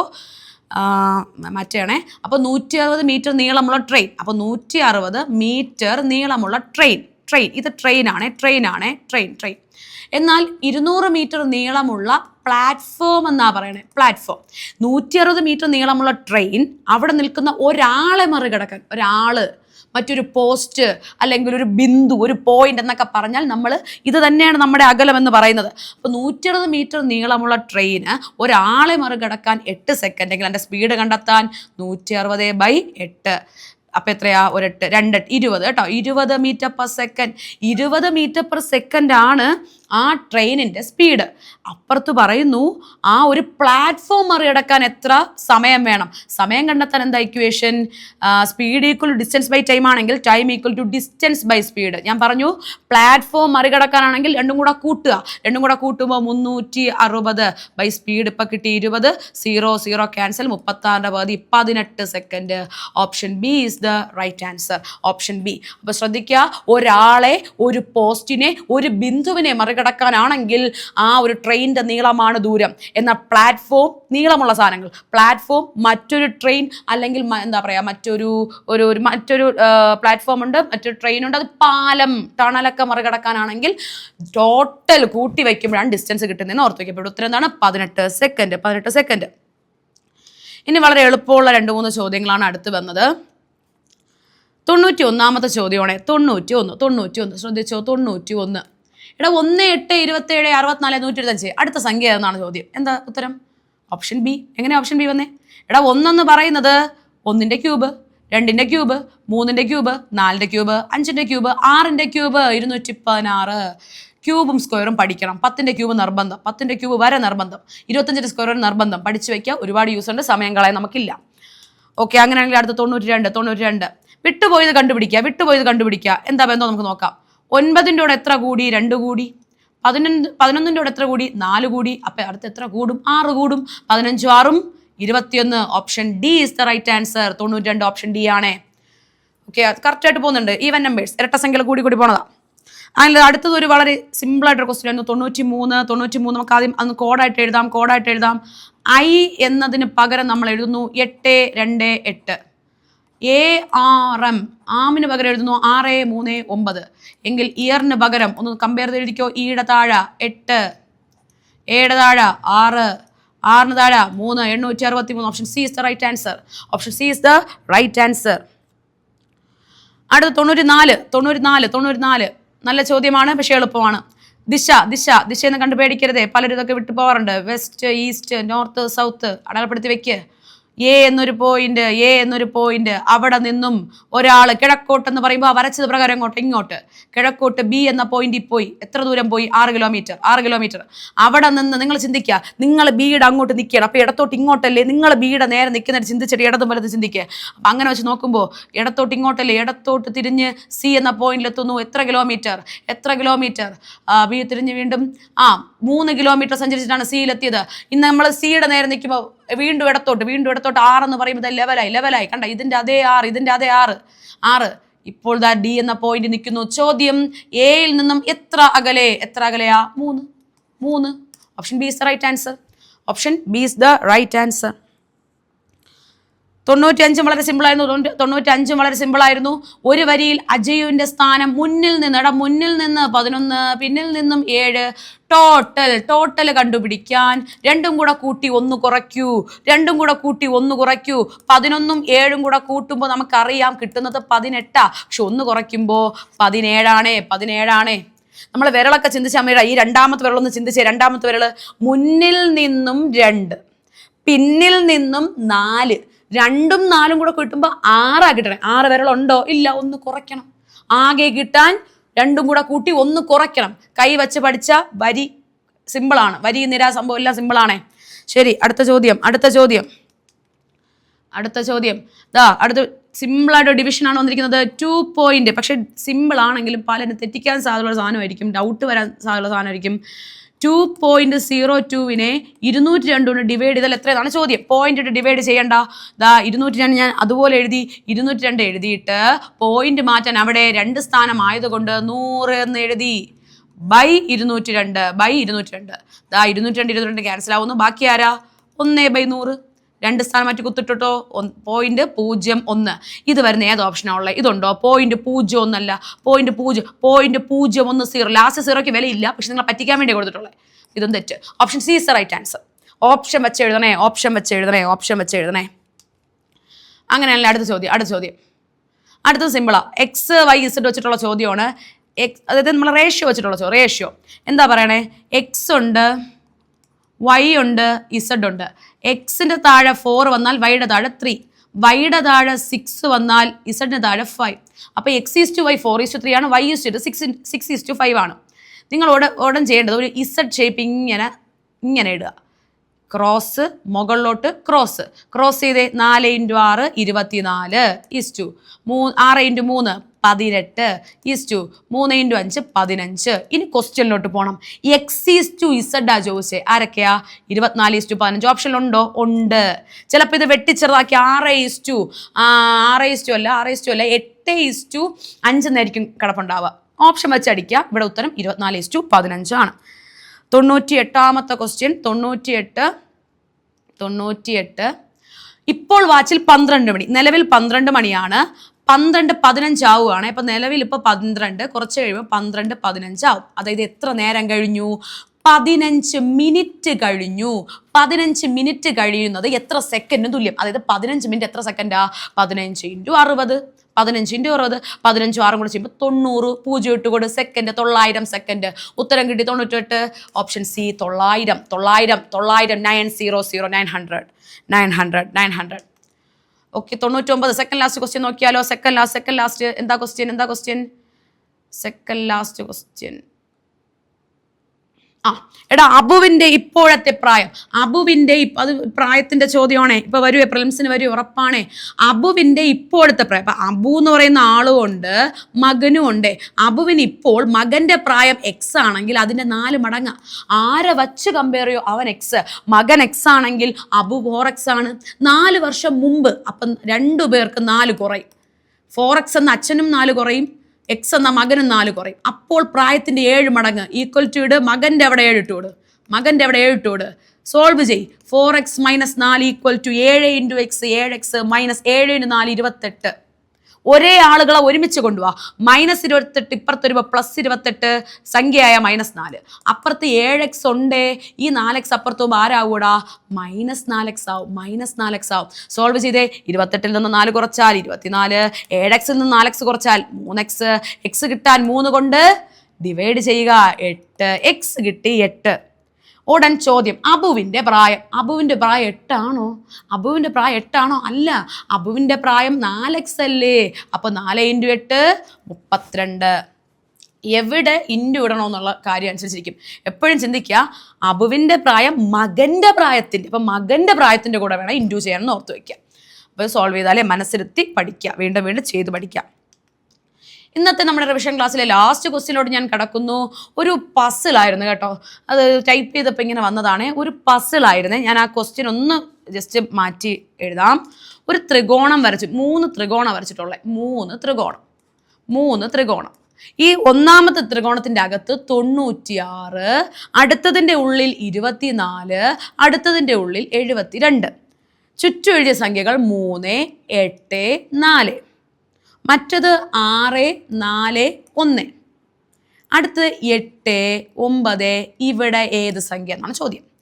ചുറ്റും എഴുതിയിരിക്കുന്ന, മൂലകളിൽ എഴുതിയിരിക്കുന്ന സംഖ്യകൾക്ക് അകത്തെഴുതിക്കുന്ന സംഖ്യമായി എന്തോ ഒരു ബന്ധമുണ്ട്. നോക്കിയേ, 3 × 8 × 4 96, 6 × 4 × 1 24. അപ്പൊ 8 × 9 ചെയ്തപ്പോൾ 72 ആയി. അപ്പൊ ഇനി 6 ഇൻറ്റു ചെയ്യുമ്പോഴേ വീണ്ടും 72 പറഞ്ഞേ 1. Option D is the right answer. Simple ചോദ്യമാണ്. എന്തെങ്കിലും ലോജിക്ക്, സ്ക്വയർ വെച്ചിട്ടോ ഇൻറ്റു വെച്ചിട്ടോ പ്ലസ്സോ എന്തെങ്കിലും നിയമമായിരിക്കും ഇവിടെ വരുന്നത്. അപ്പോൾ ഇതായിരുന്നു നമ്മുടെ ലാസ്റ്റ് ക്വസ്റ്റ്യൻ ഇതായിരുന്നു. ആൻഡ് ഫൈനലി നമ്മൾ ഇന്നത്തെ റിവിഷൻ ക്ലാസ് വളരെ എന്താ പറയുക, ഒരുപാട് പോയിന്റുകൾ, പരമാവധി പോയിന്റുകൾ പറഞ്ഞ് ഉൾപ്പെടുത്തി കംപ്ലീറ്റ് ചെയ്യുമെന്ന് വിശ്വസിക്കുന്നു. ഡൗട്ടുള്ള കാര്യങ്ങൾ വീണ്ടും വീണ്ടും കേൾക്കുക, ചെയ്ത് പഠിക്കുക. അത് മാത്സ് അല്ലേ, ചെയ്തും കഴിയാം എന്ന രീതിയിൽ ചിന്തിക്കരുത്, വീണ്ടും വീണ്ടും ചെയ്യണം. ബാക്കി GK ഒക്കെ വീണ്ടും വീണ്ടും കേൾക്കുക. അറിഞ്ഞൂടാത്ത സാധനങ്ങൾ നിർബന്ധമായിട്ടും ബുക്കുകളിലും അതുപോലെ കുഞ്ഞു എന്താ പറയുക പേപ്പറിലൊക്കെ എഴുതി റൂമിലൊക്കെ ഒട്ടിച്ച് വെച്ച് വീണ്ടും വീണ്ടും അതുമായിട്ട് നിങ്ങൾ എന്ത് ചെയ്യുക, കാണുക, വീണ്ടും വീണ്ടും കണ്ട് നിങ്ങൾ പഠിച്ചോളൂ. ഓക്കെ, അപ്പോൾ വീണ്ടും ഒരു നല്ലൊരു റിവിഷൻ ക്ലാസ്സുമായിട്ട് ഉടൻ തന്നെ തിരിച്ചു വരാമെന്ന് പ്രതീക്ഷിക്കുന്നു. Bye bye.